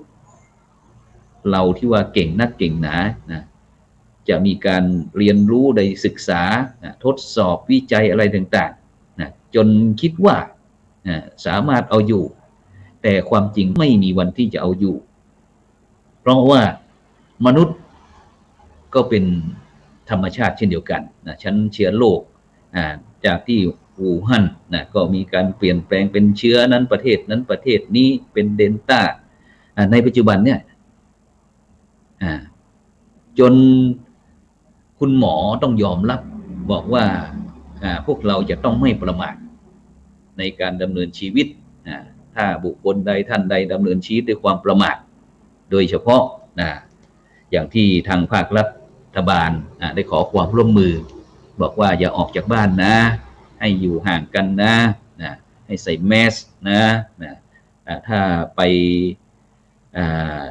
พบคนหมู่มากก็ให้มีขั้นตอนในการคัดกรองในการวัดอุณหภูมิใช้เจลล้างมืออะไรต่างๆเนี่ยแล้วก็ไม่จำเป็นก็ไม่ต้องไปจับเนื้อต้องตัวบุคคลอื่นซึ่งสมัยก่อนนั้นคนไทยเราเวลาเจอกันก็จะมักจะเรียนแบบฝรั่งต่างชาติต่างประเทศบอกว่าอาจจะเข้าไปโอบไหล่กันบ้างจับมือกันบ้างอาจจะแก้มซ้ายทีแก้มขวาทีหนึ่งแต่ในปัจจุบันไม่ได้ละทุกคนจะต้องโดยอัตโนมัติแม้กระทั่งนักกีฬาบรรดาท่านผู้ฟังทั้งหลายนักกีฬาเมื่อก่อนนี้เราจะเห็นในการแสดงความดีใจอะไรต่างๆแต่ในปัจจุบันนี้ทุกคนจะต้องไม่ประมาทเพื่อที่จะมีชีวิตที่ยืนยาวฉะนั้นบรรดาท่านผู้ฟังทั้งหลายวันนี้มงคล38คงไม่จบละ เพราะว่าเวลาใกล้จะหมดมาแล้วฉะนั้นก็บรรดาท่านผู้ฟังทุกท่านอย่าลืมว่าทุกเช้าวันพระสายของวันพระเวลาตั้งแต่ 9 นาฬิกาเป็นต้นไปก็วัดในคณะสงฆ์ไทยเราเนี่ยร่วมกับกรมการศาสนากระทรวงวัฒนธรรม ซึ่งนำโดยท่านเกรียงศักดิ์บุญประสิทธิ์อธิบดีกรมการศาสนาซึ่งก็ได้พร้อมทั้งคณะก็ได้คิดโครงการดีๆขึ้นมาว่าในฐานะที่เราเป็นชาวพุทธเราจะทำอย่างไรในสถานการณ์ก็มีการวางแผนวางแผนได้ขอความร่วมมือขอความเมตตาจากพระคุณเจ้าในการที่จะทำอย่างไรให้พี่น้อง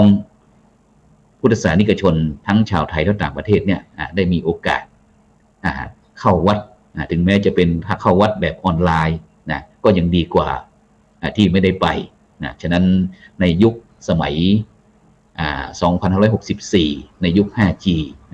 วิถีชีวิตก็ย่อมมีการเปลี่ยนแปลงไปซึ่งวันพระหน้าในวันที่21ซึ่งทางท่านอาจารย์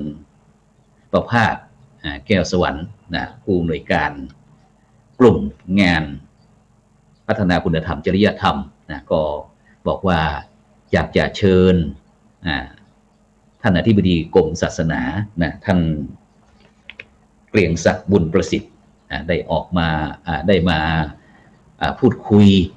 เกี่ยวกับเรื่องนโยบายโครงการมีวัตถุประสงค์อะไรแล้วก็ทางช่องธรรมะเป็นทีมของเราซึ่งก็จะมีการไลฟ์สดฉะนั้นก็บรรดาท่านผู้ฟังท่านผู้ชมก็อย่าลืมวันพระหน้าซึ่งก็ตรงวันที่21กันยายนปีพุทธศักราช2564ซึ่งวันนั้นก็เป็นเขาเรียกว่าเป็นศีลใหญ่ขึ้น15ค่ำเดือน12เหนือเดือน10ใต้ซึ่งก็ได้รับความเมตตาจากพระเดชพระคุณหลวงพ่อพระเทพสิงหวราจารย์ดร.รองเจ้าคณะจังหวัดเชียงใหม่เจ้าอาวาสวัดพระสิงห์วรมหาวิหารก็จะเป็นองค์แสดงพระธรรมเทศนาฉะนั้นก็บรรดาท่านผู้ฟังท่านผู้ชมก็อย่าลืมเมื่อเราได้มาพบกันแล้วเราก็กดติดตามกดไลค์กดแชร์เพื่อเป็นกำลังใจอย่างวันซึ่งก็กระผมธรรมภาพนั้นก็จะมีรายการประมาณสัก4รายการซึ่งวันศุกร์นั้นก็จะเป็นสังฆพัฒนาเพื่อประชาชนบทบาทพระสงฆ์ในยุคนิวนอร์มอนซึ่งก็ในตอนนี้กำลังเข้มซึ่งก็ได้กราบนิมนต์พระมหาเถระทั่วประเทศไทยโดยเฉพาะในการนี้ก็เป็นโครงการหมู่บ้านรักษาศีล5แห่งประเทศไทยซึ่งคณะกรรมการแต่ละภาคเหนือภาคใต้ภาคกลางภาคอีสานต่างๆก็จะมาออกรายการซึ่งเมื่อ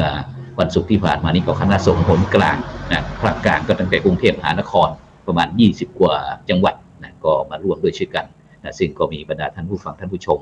ให้กำลังใจในการเข้าถึงกดติดตามกดไลค์กดแชร์ก็ประมาณ10,000 กว่า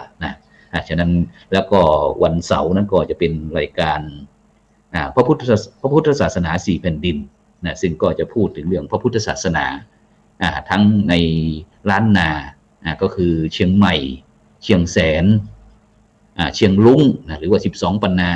เชียงตุงที่ประเทศเมียนมาแล้วก็เชียงทองก็คือที่ประเทศลาวแล้วก็ส่วนวันอาทิตย์นี้ก็กลางคืนก็เวลา20:00 นจนถึง21:00 นนี่ก็จะเป็นเห็นธรรมเห็นเราเห็นธรรมซึ่งได้กราบนิมนต์พระนักเทศน์ที่ถือว่าประสบผลสำเร็จในทั้งหน้าที่การงานในทางพระพุทธศาสนาซึ่งก็จะแต่ละอาทิตย์นั้นก็อาทิตย์แรกนั้นก็จะเป็นอาทิตย์ที่1ของเดือนก็จะเป็นพระอาจารย์สาธิตธีรปัญโยผู้อำนวยการสถาบันธรรมอภิวัตรตำบลศพเติร์ดอำเภอแม่เมาะจังหวัดลำปางอาทิตย์ที่2ก็จะเป็นท่านพระมหาจิตรการอภิปุญโญเจ้าคณะอำเภอภูซางวัดสถานอำเภอภูซางจังหวัดพะเยาอาทิตย์ที่3ก็จะเป็น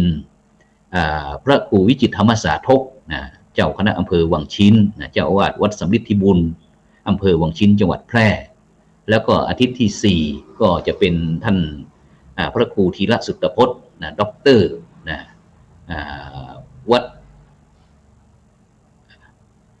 จากเมืองเชียงใหม่ของเราที่เป็นอาทิตย์ที่4ฉะนั้นก็แจ้งให้กับบรรดาท่านผู้ฟังท่านผู้ชมแล้วก็ในทุกวันพระนี่ก็จะเป็น รายการอยู่บ้านสร้างบุญตลอดพรรษานะฉะนั้นต้องขอบคุณอนุโมทนากับทุกท่านนะทั้งที่ติดตามทางช่องธรรมะเป็นทีมไลฟ์สดทาง Facebook แล้วก็ติดตามรับฟังทางคลื่น 104.50 เมกะเฮิรตซ์นะสำหรับวันนี้ก็ขอนำรายการ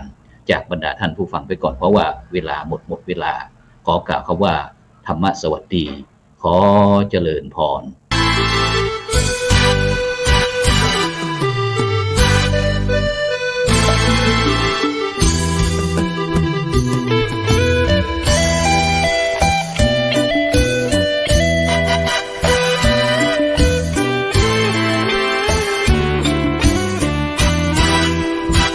ไหว้พระทำบุญกุศลเพิ่มพูนหนุนนำจิตใจพุทธ